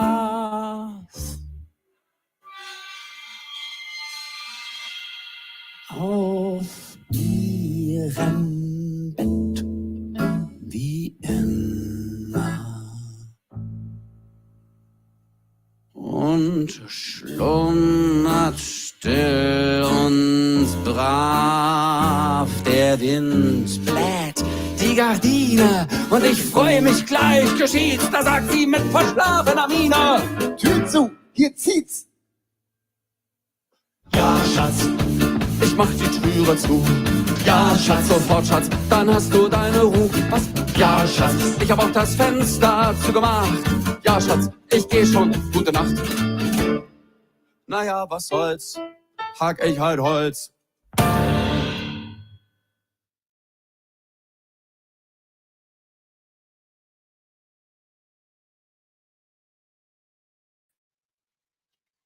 Okay. I was looking for something in here.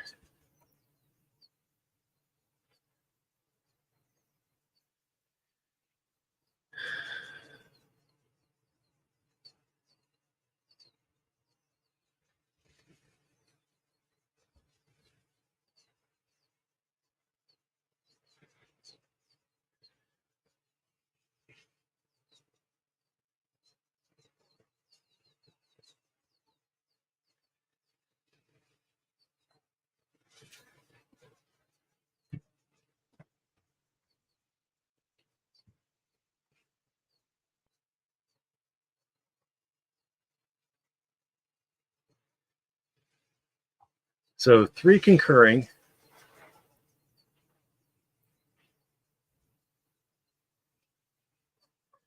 Three concurring. So 1, 2, 3, 4, 5, 6.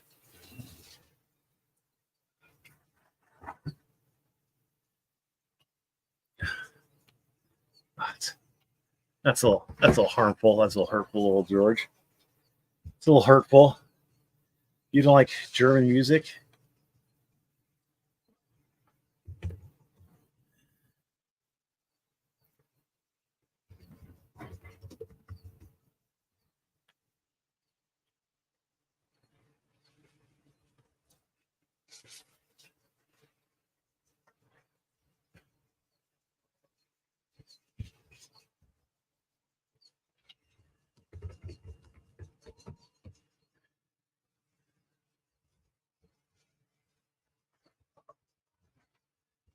Well, I've got the next song lined up for the next break. Oh, speaking of which, we need to set our timer. Thank you for reminding me, whoever reminded me. All right.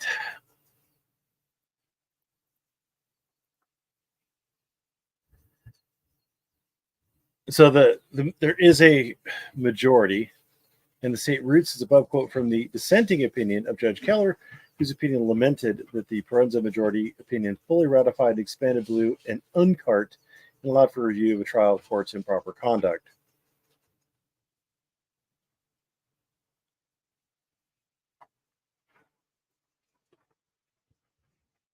States brief 35 to 36.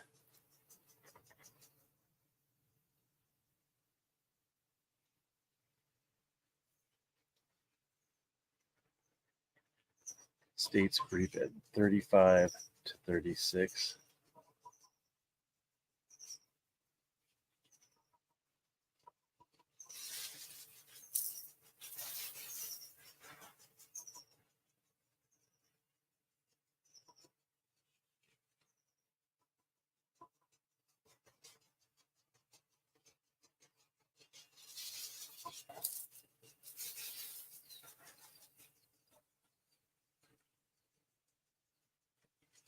Violate due process.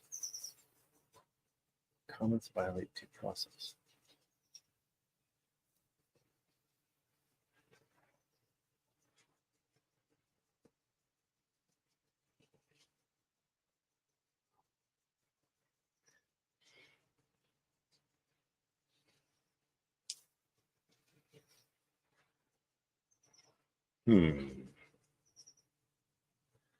Let's go back to the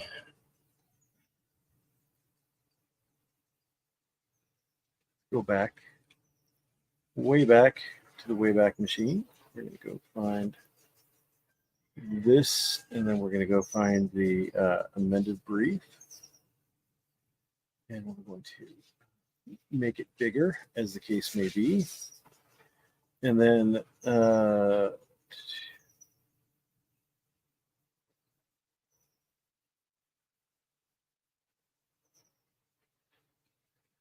due process complaint regarding the comments. All right, so due process.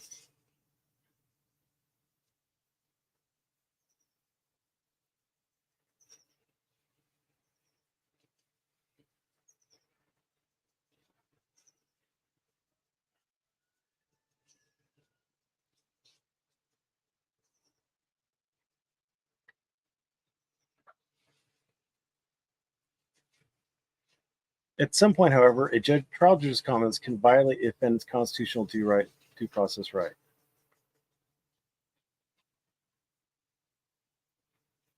Well, so here's a fucking problem. First of all, the appellant Warden's team cited not just Proenza, but also two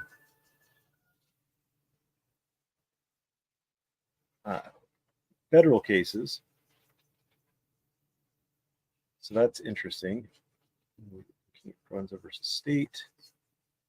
And the language that we're looking for was due process. Why doesn't due process come up? second.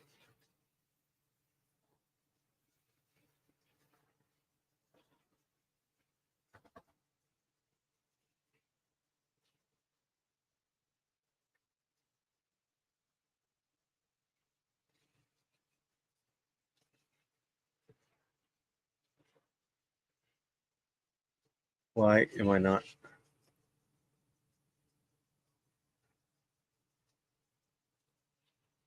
I-41 Southwest.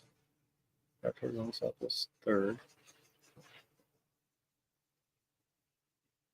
At 810.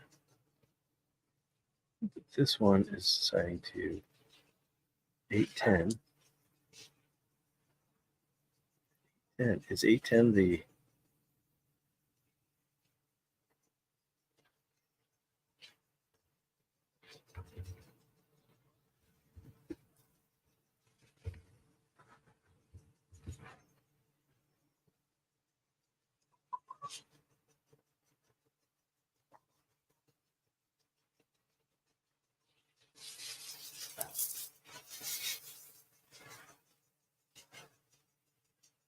footnote 26?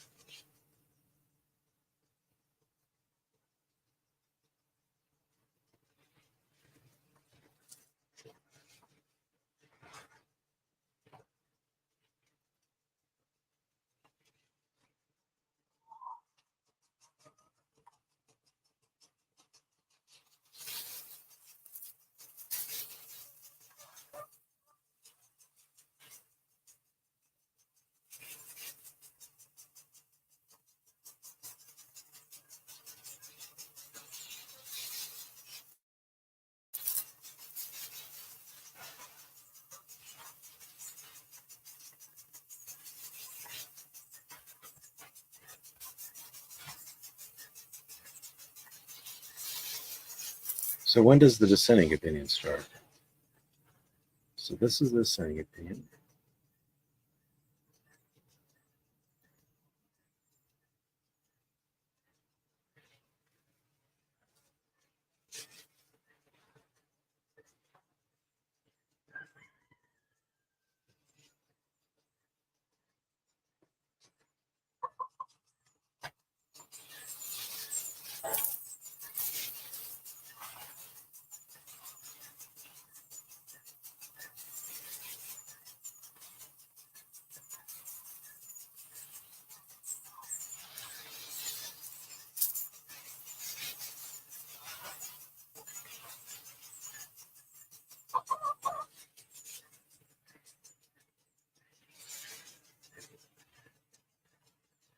Where's the dissenting opinion?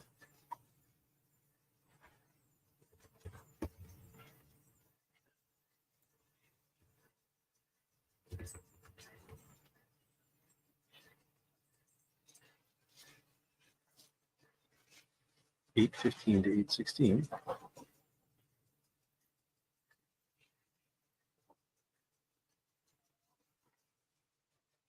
right, so 810, sorry, it took me forever. The dissenting opinion starts on page 807 of the Proenza versus State brief. And the language that they were citing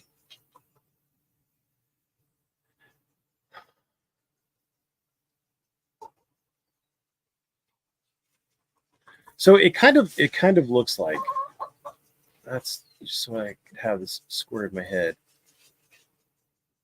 that is the opposition, and then that is the okay.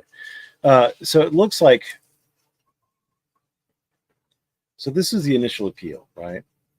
So the initial appeal, for the purpose of discussing the right to due process, they cite to the dissenting opinion in Proenza, which for the proposition that at some point a trial judge's comments can violate a defendant's constitutional due process rights. So they're not looking under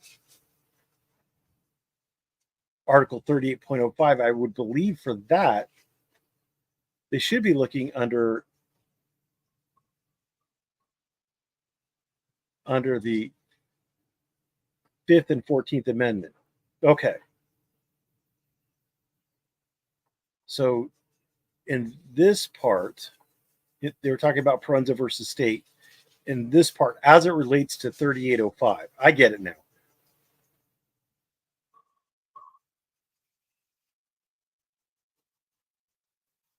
Your browser has lost connection to your screen share audio.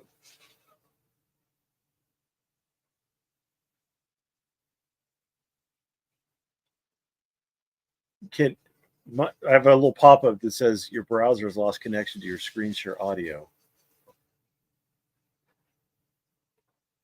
I don't know what that means.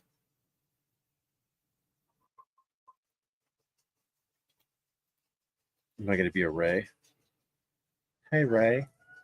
Ray.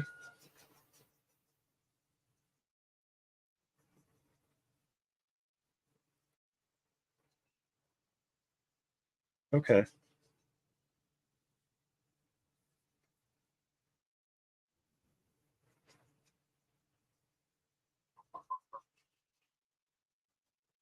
So sound okay. I don't know what it's got a weird pop-up. It says it's lost connection to my sound. Interesting. All right. So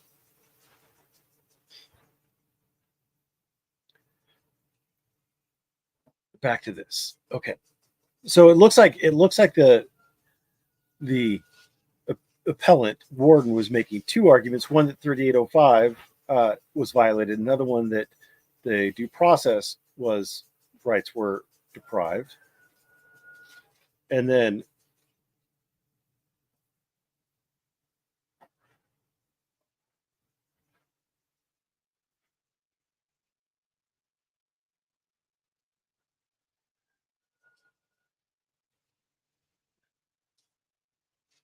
material comment. So it looks like the state might have conflated the two.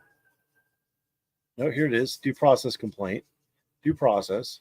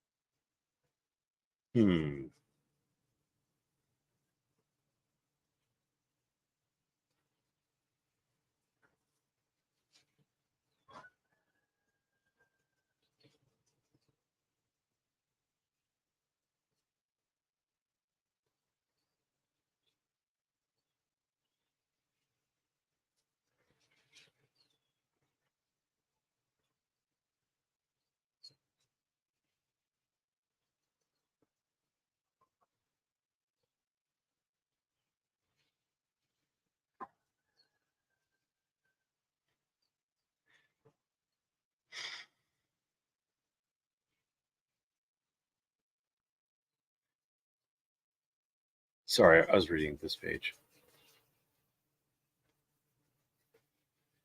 Okay, well,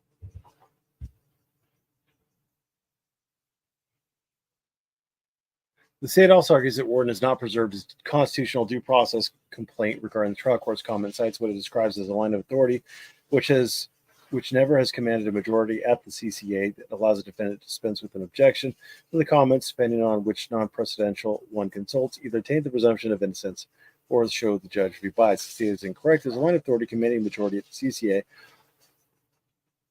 that permits a defendant to dispense with an objection in the event of a trial court making an improper comment to the jury. Okay, so it sounds like they're saying essentially that it sounds like Earl's attorney saying that because this kind of comment or this kind of improper statement by a judge under 3805 doesn't need to be objected to be preserved, then under the due process rationale, it still doesn't need to be objected to be preserved. In fact, it appears to root its above quote from the dissenting opinion of Judge Keller, whose opinion lamented that the Proenza majority opinion fully ratified and expanded blue and uncart and allowed for review of a trial court's improper comments. The Proenza majority's rationale for not requiring a contemporaneous objection to improper judge commentary is rooted in the fact the trial court has its own independent duty under Article 3805 Texas Code of Criminal Procedure to not engage in such commentary. And Warden's claims asserted herein are twofold. Number one, that the trial court violated Texas Code of Criminal Procedure 3805, and it constituted a due process violation for the trial court to have violated 3805. Okay. Number 9, the state's injection of racial and religious animus and stereotyping into the trial violated the First and 14th Amendments to the U.S. Constitution. Claiming he refused to associate and live with his wife, who was pregnant with a black child, and that he excluded that child from the home, causing it to be given up for adoption, and that he was a Mormon seeking to get his daughter to convert to Mormonism so that he could marry her, violated the First and 14th Amendments to the United States Constitution, which preclude the use of an individual's association and beliefs at trial where those associations and beliefs are not relevant to the issues involved in the case. In its brief, the state addresses its false presentation that Worden was racist only under the ineffective assistance of counsel framework in Strickland. Worden fully addresses the state's argument in Section 10, infra, that means below, and for the purposes of brevity, incorporates herein his discussion about the inadmissibility and non-relevance of that evidence. As fully explored in that section, evidence of alleged racism was not relevant to any issue in this sexual assault case, and the admission of such evidence was only to destroy Warden's character and make him seem morally reprehensible, which I agree. Because Warden's counsel did not object to the allegation of racism, however, he additionally raised ineffective assistance of counsel claim as to the failure to object. With respect to its injection of religious animus into the trial, the state contends that Worden told BW that she should convert to Mormonism because father apostrophe S can marry their own daughters. And this was admissible to show that he had a sexual interest in her and as grooming evidence. This would make a more plausible argument that the evidence was admissible under Dawson, however. The state also characterizes Warden's alleged statement as sounding like a very poor taste joke and states his actual intent in making the statement was unknown. In addition, this one-off comment was alleged to have taken place before the family ever moved into the trailer, when they were living with another family, and long before the allegations made the basis of this charge, and nothing in the record, including any contemporaneous activity, supports that the singular comment was grooming, and the state never contended as much at trial. Ultimately, this evidence, again, was nothing more than the state injecting religious stereotyping and animus into the trial in a way to destroy Ward's character and make him seem morally reprehensible in an inflammatory way.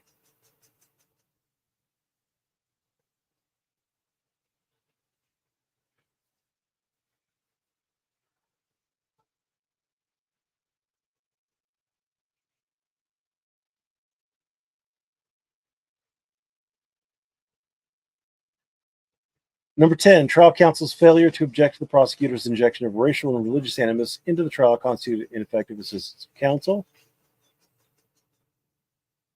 In its reply, the state argues counsel's performance was not deficient, where trial counsel recognized he had no strategy in failing to object to the inadmissible and prejudicial testimony that Worden refused to raise and excluded a black child that Warden's wife was pregnant from the family home on account of the child's race, causing that child to be placed up for adoption. In making its argument, the state describes the testimony as evidence of, quote, the appellant's racial motivation, quote, appellant's racial views, and argues, 1, the evidence was admissible as background evidence to serve as a temporal reference. 2, counsel may have had strategy in not objecting. And 3, it was not 404B bad act evidence. These arguments fail, and the state even concedes Warden's presented First Amendment issue. The appellant's racial views are protected by the First Amendment. Even if the alleged act of the mother not living in the home because she was pregnant with another man's child were admissible, the purported act of Warden excluding that child from the family home on account of the child being black and causing the child to be placed up for adoption does nothing to further, as a temporal reference, the child's race is immaterial to the exclusion and does everything to inflame a jury and illustrate in a highly contested trial that Warden was a racist. That was a very poorly worded sentence. The injection of the allegation that Warden is racist and would cause a child to be placed into the adoption system on account of that child's race has nothing to do with the issues in this case or any element of the charged crime, and trial counsel failed to object to the inadmissible evidence. I don't think he does. What's going on, Jeff? Or Hefe, I think I'm supposed to call you. Are you my boss, Hefe? Senior Hefe or Senior Hefe? I don't know. It all blurs together. The state's theories that some hypothetical counsel somewhere might have a strategy in not objecting also fail. Warden's trial counsel was forthcoming and recognized he had no strategy in not objecting to the inadmissible evidence. Quote, the claim had not been made prior to trial, caught me off guard, and I missed the objection to this testimony. The state ignores trial counsel's affidavit in concluding he may have had some strategy that he acknowledged he never formulated. Finally, excluding a person from a home or communicating that exclusion and the reasons for that exclusion fall under the clear, plain, common meaning of the term act, which means the doing of a thing or to take an action. Even the Texas Penal Code definition of the term act means a bodily movement, whether voluntary or involuntarily, and excludes speech. Excluding someone from a place is an act, and communicating the reasons for that exclusion would also constitute an act.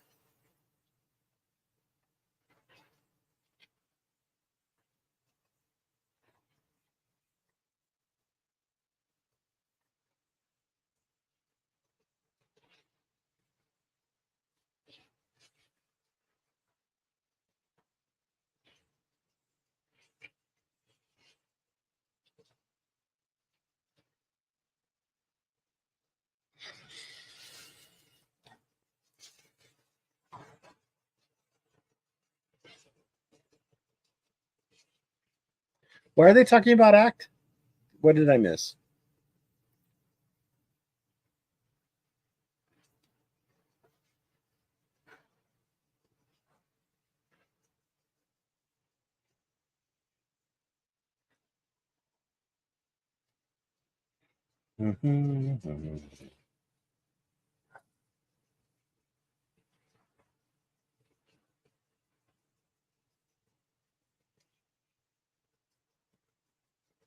I am looking for why they're bringing up act.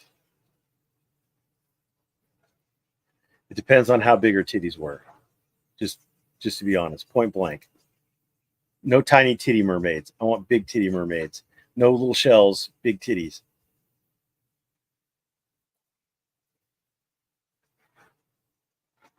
Mm-hmm.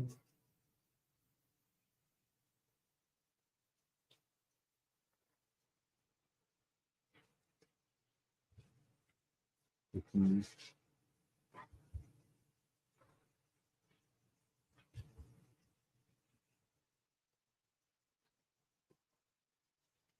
Mm-hmm.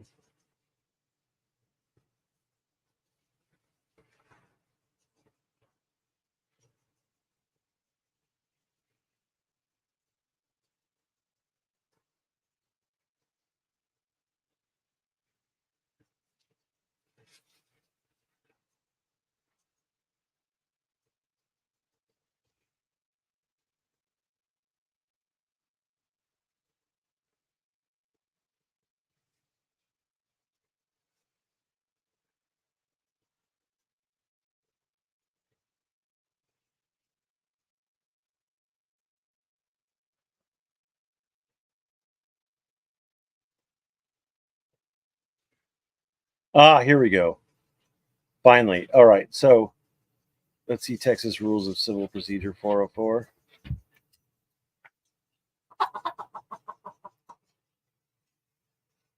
It's federal rules. Where's Texas? Tejas.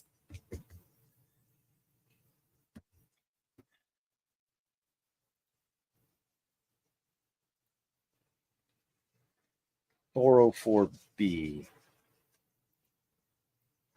Evidence of a crime, wrong, or other act is not admissible to prove a person's character. So the state apparently was making the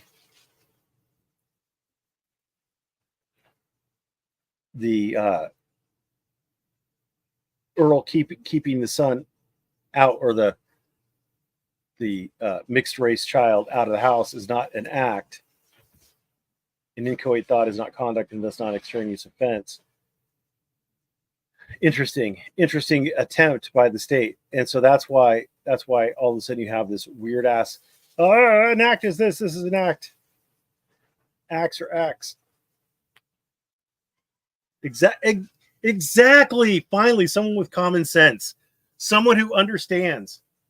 Jesus. I mean, all titties are nice, but they gotta be big titties, okay? If you're gonna spend the time and money to get a mermaid to swim in your tank, gotta go for the big titty one. No tiny titty mermaids. All right. Cumulative harm. In its response, the state summarily argues that Worden suffered no individual cumulative harm from these combined grounds of error. Worden stands on his original briefing as to this ground of error and submits the individual and cumulative harm from the combined errors in his trial, deprived him of his right to due process in a fundamentally fair trial. So, I mean, if they're big, bro, if they're big. So there you go. That is the reply brief.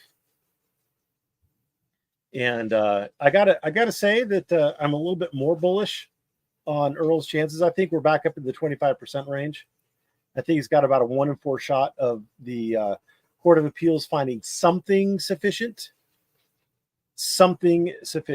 to give him a new trial. About a 1 in 4 chance.